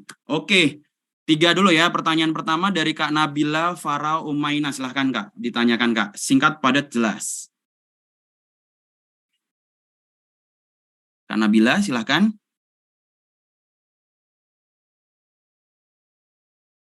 Kak Nabila belum standby. Oke, Kak Destiana, silahkan Kak Destiana. Ya, terima kasih atas kesempatannya, Kak Afin. Apa suara saya terdengar jelas? Terdengar. Oh, ya. Jelas sekali. Mungkin yang pertama untuk Kak Niswi dulu. Jadi Kak, saya udah pernah sharing sama temen yang pernah apply master ke luar, ke Australia. Terus dia bilang untuk teman-teman yang IELTS-nya gede, jangan tinggi hati dulu gitu, karena tetap aja ada strugglingnya sendiri di sini, di sana dalam hal perkuliahan. Nah, yang ingin aku tanyain sebenarnya seberapa besar IELTS ini akan membantu kita di sana gitu, karena itu tadi skor tinggi belum tentu kayak kita less struggling gitu waktu menjalani perkuliahannya. Mohon dijawab. Kemudian satu lagi ya Kak, untuk Kak Indah, mungkin merujuk ke slide kakak yang tadi, misalnya yang kayak nge-highlight kalau kita dari kota kecil, dari pulau terpencil gitu. Jadi kayak nge-highlight kayak kalau bagi sebagian orang mungkin akan terlihat seperti weakness gitu ya. Gimana caranya supaya nggak terlihat kayak jual kesedihan gitu loh di esai. Takutnya kan jadi diterjemahkannya lain gitu sama yang baca esai. Mungkin itu aja. Terima kasih. Thank you Kak Destiana. Kak Nabila tadi ya. Silahkan Kak Nabila, kayaknya udah bisa nih harusnya. Oh, gini Kak, saya mau nanya, kan motivation letter sama personal statement itu katanya agak berbeda ya. Tapi saya mau nandain aja, cuma mau highlight poin-poin apa sih yang bikin beda gitu dengan motivation letter dengan personal letter. Karena kan katanya kalau personal letter kita banyak nyeritain masalah yang apa namanya background pendidikan kita, tapi kalau motivation letter itu kan agak berbeda dikit. Saya mau highlights-nya gitu, apa yang make it difference between there? Oke, thank you Kak Nabila. Boleh sekarang Kak Nyoman, silahkan. Kak Nyoman? Oke. Suara saya sudah terdengar? Sangat terdengar sekali Kak Nyoman. Oke, terima kasih. Paling ini saya bertanya sama Kak Niswi. Kak, kalau boleh tahu, Kakak dulu belajar IELTS-nya itu lewat apa aja, media apa aja, atau enggak ada reference YouTube, website atau apa? Karena lagi dekat-dekat ini saya mau ngambil tes IELTS kayak gitu. Jadi dari Kakak sendiri nih, ada rujukan referensi nggak untuk praktisnya? Terima kasih. Thank you. Baik, silahkan untuk Kak, mungkin dari Kak Niswi dulu kali ya, untuk menjawab pertanyaan-pertanyaannya.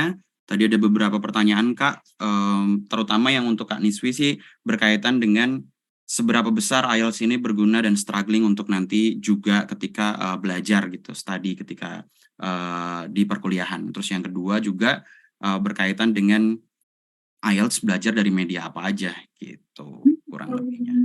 Oke, terima kasih.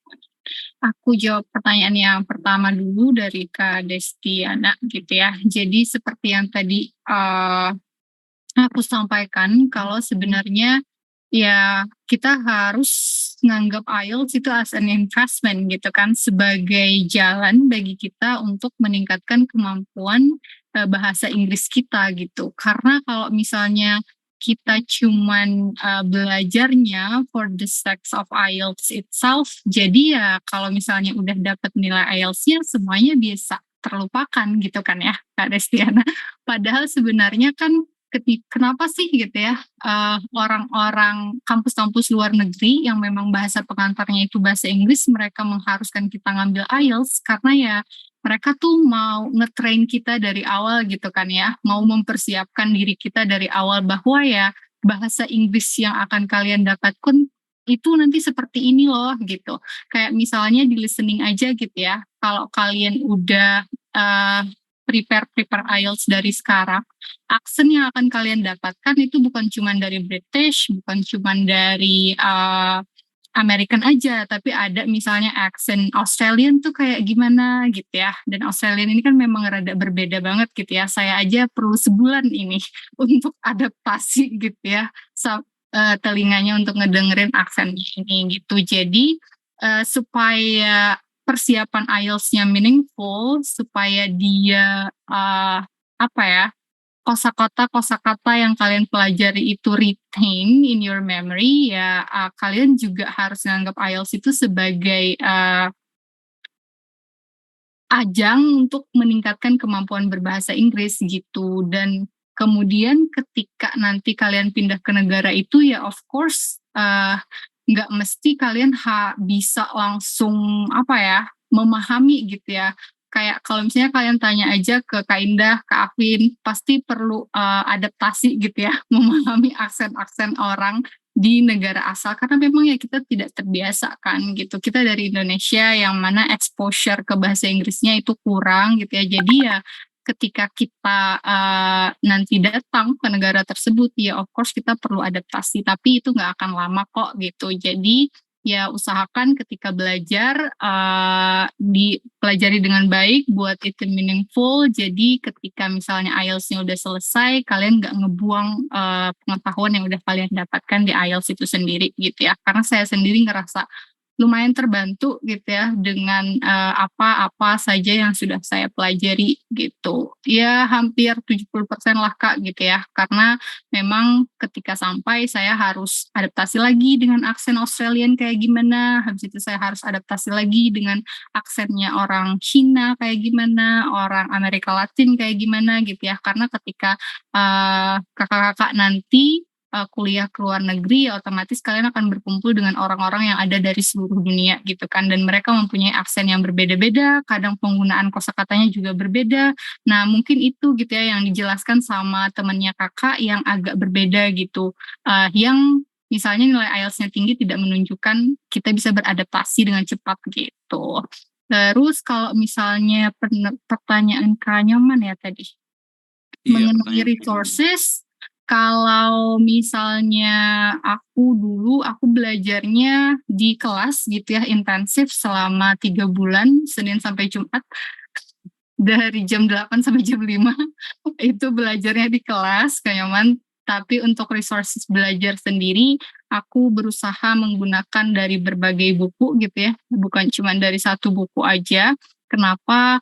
Karena sebenarnya banyak orang yang bilang bahwa kalian cukup untuk jawabin soal-soal dari Cambridge aja gitu kan ya untuk persiapan IELTS. Tapi menurutku pribadi soal-soal dari Cambridge itu agak terlalu mudah gitu ya untuk listening dan readingnya biasanya. Jadi ketika misalnya kita mendapatkan soal yang lumayan susah di official testnya, maka itu akan membuat nilai kita lumayan anjlok gitu. Jadi aku pribadi ketika preparation suka banget ya untuk mencari soal-soal yang lumayan susah, yang misalnya dia require mikir banyak lah, paraphrases-nya yang tinggi banget gitu di soalnya gitu. Jadi biasanya aku akan cari buku-buku kayak misalnya buku dari Barron gitu ya, dari Kaplan, habis itu juga buku dari Collins. Biasanya 3 buku ini yang sering aku pakai karena Kak Nyoman sendiri kan udah mau official gitu ya. Itu aku nggak suka lihat dari YouTube sih Kak gitu. Jadi aku prefer buku terus praktis gitu. Oke, thank you Kak Niswi. Semoga terjawab untuk teman-teman semuanya. Kita ke Kak Indah. Ada 2 pertanyaan Kak Indah. Yang pertama, gimana sih biar nggak terkesan menjual kesedihan gitu? Itu pertanyaan pertama. Terus yang kedua, apa bedanya motlet dengan personal letter Kak? Gitu, dan kira-kira ada yang perlu diperjelas nggak kayak gitu? Silahkan Kak Ninda. Oke, pertanyaan yang pertama, sebenarnya tuh aku tadi kasih contoh hook ya. Hook itu ya kayak bahasanya hook kan, dia buat kait gitu ya, buat mengkait attention orang pada saat membaca. Jadi komponennya apa itu terserah, aku kembalikan ke teman-teman. Nggak harus cerita kesedihan. Tadi aku bilang bisa quotes, bisa kata-kata orang terkenal, bisa judul buku, bisa judul lagu, apapun yang menarik gitu, apapun yang menarik attention-nya. Nah kebetulan tadi hook yang aku kasih itu tentang yang bahwa dia first generation, bahwa dia di keluarganya dia satu-satunya yang kuliah. Nah itu kan menarik background-nya kan. Dan kalau itu memang nggak relevan sama isi ya nggak perlu cari hal-hal seperti itu gitu. Jadi menurutku sih titik beratnya terserah mau cerita tentang kesedihan, struggle, ataupun tentang accomplishment-nya teman-teman. Tapi tips dari aku, kalimat pertama atau di paragraf pertama tuh sebisa mungkin itu attention grabbing gitu. Sebisa mungkin itu menarik perhatian si pembaca. Tadi kalau aku mau hooknya memang cerita tentang kesedihan, gimana caranya biar nggak jual kesedihan gitu ya. Menurutku sih titik beratnya bukan di bagian kesedihannya ya, mungkin yang lebih menarik buat orang baca itu bagaimana resolution-nya gitu. Setelah kamu mengalami kesedihan atau struggle, what's next gitu. Nggak akan menarik kan kalau kita cuma cerita keluarga saya nggak ada yang kuliah, so what gitu. Tapi kalau misalnya kamu cerita keluarga saya nggak kuliah, tetapi misalnya nih ayah saya sangat berjuang, dia sampai begini, sampai jual ini segala macam, dia bekerja keras biar anak-anaknya semua bisa sekolah, itu kan menarik kan, itu jadi menarik. Jadi titik beratnya bukan di bagian kesedihannya gitu, tapi bagaimana konflik resolutionnya yang mau teman-teman bawakan kayak gitu. Terus yang kedua tadi tentang bedanya apa ya Kak Indah motivation letter sama personal statement. Nah aku share screen aja kali ya. Kalian Kak ada pertanyaan yang relate, jadi apa motret, esai, dan personal statement itu bedanya apa sih? Ya, bedanya motret sama nah, jujur tadi aku langsung nyontek di internet kan. Setahu aku sih kayak sama aja ya. Nah, tapi kalau ini menurut Google, dia bilang bahwa personal statement itu lebih ke personal, cerita tentang diri sendiri. Sementara kalau motivation lebih ke meyakinkan si pembaca bahwa I'm the right candidate, bahwa aku punya skill yang cocok. But anyway, menurutku tuh cuma bahasa doang teman-teman, itu nggak penting ya. Yang penting adalah teman-teman tahu topik esainya apa gitu. Kita lihat nih, LPDP bilangnya apa? LPDP bilangnya personal statement. Kita lihat Harvard bilangnya apa? Harvard bilangnya statement of purpose. Beda lagi tuh bahasanya, bukan motivation letter, bukan essay. Jadi kalau ini tadi personal statement, kalau ini bilangnya statement of purpose. Isinya apa? Sama aja, isinya tentang motivasinya teman-teman kenapa mau apply, kenapa cocok gitu. Kita lihat lebih dalam lagi kan. Statement of purpose. Oke, isinya apa sih Kak Indah? Nah, tadi yang aku bilang gitu, yang perlu teman-teman lihat itu adalah pertanyaannya apa gitu. Topik esainya apa gitu. Kalau ini kan misalnya dia nanya nih, apa experience yang contribute, yang berkontribusi buat dunia fieldnya, dunia pendidikan gitu. Apa jurnal yang pernah kamu ini gitu, atau ini gitu. Yang paling penting tuh apa nih promptnya gitu kan. Kita lihat Stanford, dia bilangnya esai, di sini. Beda lagi tuh, bukan personal statement, bukan motivation letter, dia bilangnya esai kalau di Stanford. Nih, dia application and essay. Nah, ini yang paling penting itu bukan kata-katanya mau dipakai motivation letter, essay, apa personal statement. Yang paling penting itu teman-teman tahu nih topiknya apa dan berapa words-nya. Ini kan 250 words, topiknya ini nih. Kenapa Stanford? Nih, tell us something that is meaningful to you. Atau ini, kenapa mau di kampus kita gitu. Reflect an idea or experience that makes you genuinely excited about learning. Kenapa mau belajar. Nah, ini yang penting itu ini, bagian ini, topiknya apa, promptnya apa. Kita lihat Oxford di UK, dia bilangnya apa? Kalau di sini dia bilangnya apa nih ya?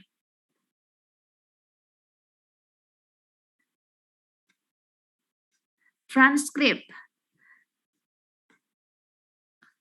Oke, ini most likely essay juga.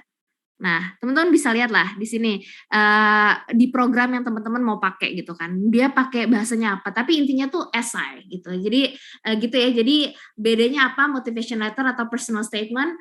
Ya mungkin tiap orang punya definisi yang masing-masing, tapi menurutku yang paling penting adalah teman-teman tahu topiknya apa nih. Topiknya, pertanyaannya apa? Apakah nanyain tentang background? Apakah nanyain tentang subject matter expertnya teman-teman di bidang tersebut? Apakah nanya tentang kenapa mau apply di program tersebut? Itu yang paling penting, tahu topiknya apa, promptnya apa, atau questionnya apa gitu. Selepas dia mau pakai kata-kata essay, dia mau pakai kata-kata motivation letter, dia mau pakai kata-kata personal statement atau statement of purpose, itu tiap institusi punya preferensi masing-masing gitu. Semoga clear ya. Clear sekali, thank you Kak Indah. Oke teman-teman semuanya dan kakak-kakak narasumber, panitia dan juga peserta, kita sudah berada di penghujung waktu untuk sesi ini. Saya dikasih bonus 2 menit, kakak-kakak. Aku boleh dong dikasih masing-masing 1 menit untuk closing statement Kak. Kasih apapun itu ke teman-teman semuanya yang ada di sini. Silahkan dari Kak Niswi dulu. Terkejut aku. Ada closing. Oke. Jadi untuk semuanya yang lagi persiapan, mau itu apply beasiswa ataupun apply ke kampus gitu ya. Kalau misalnya kalian belum mempersiapkan IELTS-nya, tolong dipersiapkan dari sekarang karena memang nggak bisa instan gitu ya, perlu preparations yang lumayan panjang. Jadi silahkan kalian cari dulu beasiswanya memerlukan IELTS berapa, habis itu untuk kampusnya juga memerlukan IELTS berapa, sehingga kalian bisa mengatur plan kalian dari sekarang, harus berapa bulan gitu ya dari sekarang kalian untuk menyiapkan dan mendapatkan skor yang akan kalian dapatkan. Dan satu lagi, cobalah gitu ya memandang IELTS ini sebagai suatu investasi yang kalian gunakan untuk mempersiapkan diri kalian dengan baik untuk kuliah ke luar negeri, bukan hanya untuk mendapatkan skor itu sendiri gitu. Sehingga ya uang gitu ya kan IELTS lumayan mahal ya teman-teman, kalau kalian udah cari-cari gitu. Tesnya mahal, preparation-nya mahal gitu ya. Jadi uang terus waktu yang sudah kalian korbankan gitu ya akan berguna nantinya gitu untuk kalian mendapatkan apa yang kalian inginkan. Oke, thank you Kak Niswi. Lihat requirement, atur plan, dan lihat IELTS sebagai investasi. Kita lanjut ke Kak Indah, silakan Kak Indah. Oke, ya mungkin buat teman-teman yang lagi proses mempersiapkan, aku tadi udah beberapa kali bilang bahwa essay is the most or one of the most crucial part of your application. So make sure you allow time, you allocate time to reflect, untuk benar-benar mempersiapkan, untuk brainstorm baik-baik penulisan esai, karena esai itu bobotnya lumayan besar dibandingkan dengan requirement lain, walaupun memang aplikasi teman-teman untuk ikut program apapun itu akan dilihatnya secara umum, secara holistik, secara keseluruhan, tapi pastikan bahwa esainya maksimal, pastikan dipersiapkan sedini mungkin, sehingga teman-teman bisa memaksimalkan kesempatan untuk menceritakan dirinya teman-teman, untuk meyakinkan si pembaca bahwa teman-teman adalah kandidat yang tepat untuk masuk ke program ataupun institusi tersebut. Thank you Kak Indah. Alokasi waktu, persiapkan secara maksimal karena bobotnya lumayan besar. Baik, mungkin demikian teman-teman semuanya, dari Kak Niswi, dari Kak Indah, tadi sudah jelas sekali disampaikan, semoga itu menjadi manfaat buat kita. Terakhir dari saya, ngobrol IELTS bareng Kak Niswi, bikin Moodlet bareng Kak Indah. Mereka aja bisa keluar negeri, tentunya barengan sekolahmu, mari kita berangkat kuliah. Oke, demikian dari saya. Wabillahi taufik walhidayah. Assalamualaikum warahmatullahi wabarakatuh. Saya kembalikan ke MC. Oke, terima kasih Kak Afin, Kak Indah, Kak Niswi. Oke, kita udah masuk di penghujung acara, teman-teman. Terima kasih udah hadir. Sebelumnya, ini aku ada oleh-oleh buat teman-teman gitu ya. Nah, di program Siap Kuliah itu ada program IELTS dan ada program Scholarship Preparations. IELTS-nya teman-teman tadi yang seperti Mbak Niswi bilang gitu ya, teman-teman bisa mempersiapkan dari sekarang dan pandang IELTS itu sebagai investasi buat teman-teman ke depannya. Teman-teman bisa ngikut IELTS secara private ataupun IELTS secara grup. Kita di Siap Kuliah ada. Dan selanjutnya ini ada scholarship preparation class. Teman-teman bakalan diajarkan gimana cara membuat motivation letter. Teman-teman bakalan dapatkan sesi review dan dapat sesi latihan wawancara untuk masuk ke universitas ataupun masuk ke apply beasiswa gitu ya. Nah, caranya gimana? Oh, salah satu lagi ada ini. Khusus teman-teman yang hadir hari ini, kita ada IELTS Prediction Test. Jadi teman-teman bakalan mendapatkan gimana sih tes yang sebetulnya gitu ya. Untuk IELTS di Siap Kuliah itu ada. Teman-teman bisa dapat dengan harga 100.000, udah ada listening, reading, writing, dan speaking test, dan plus one-on-one review session gitu. Caranya gimana? Teman-teman bisa screenshot PowerPoint ini gitu ya, slide ini. Nanti aku bakalan ngebantu untuk mendapatkan diskon, untuk mendapatkan informasi lebih lengkapnya. Gitu. Oke, terima kasih teman-teman. Sebelum kita mengakhiri sesi ini, teman-teman boleh open cam-nya, kita abadikan momen ini gitu ya. Aku tunggu sekitar 1 menit karena udah buka puasa juga ya. Mungkin teman-teman yang ada di Indonesia Timur gitu ya, mungkin udah berbuka puasa juga. Gitu. Oke. Boleh ya, open cam ya.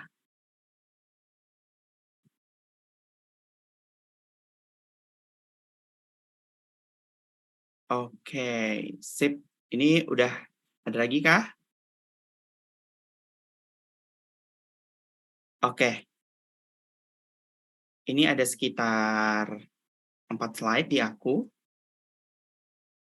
Yang penting teman-teman senyum ya, karena nggak tahu posisinya ada di mana. Oke, slide pertama, senyum. 1, 2, 3. Oke. Masuk ke slide 2. 1, 2, 3. Oke. Slide ketiga. 1, 2, 3.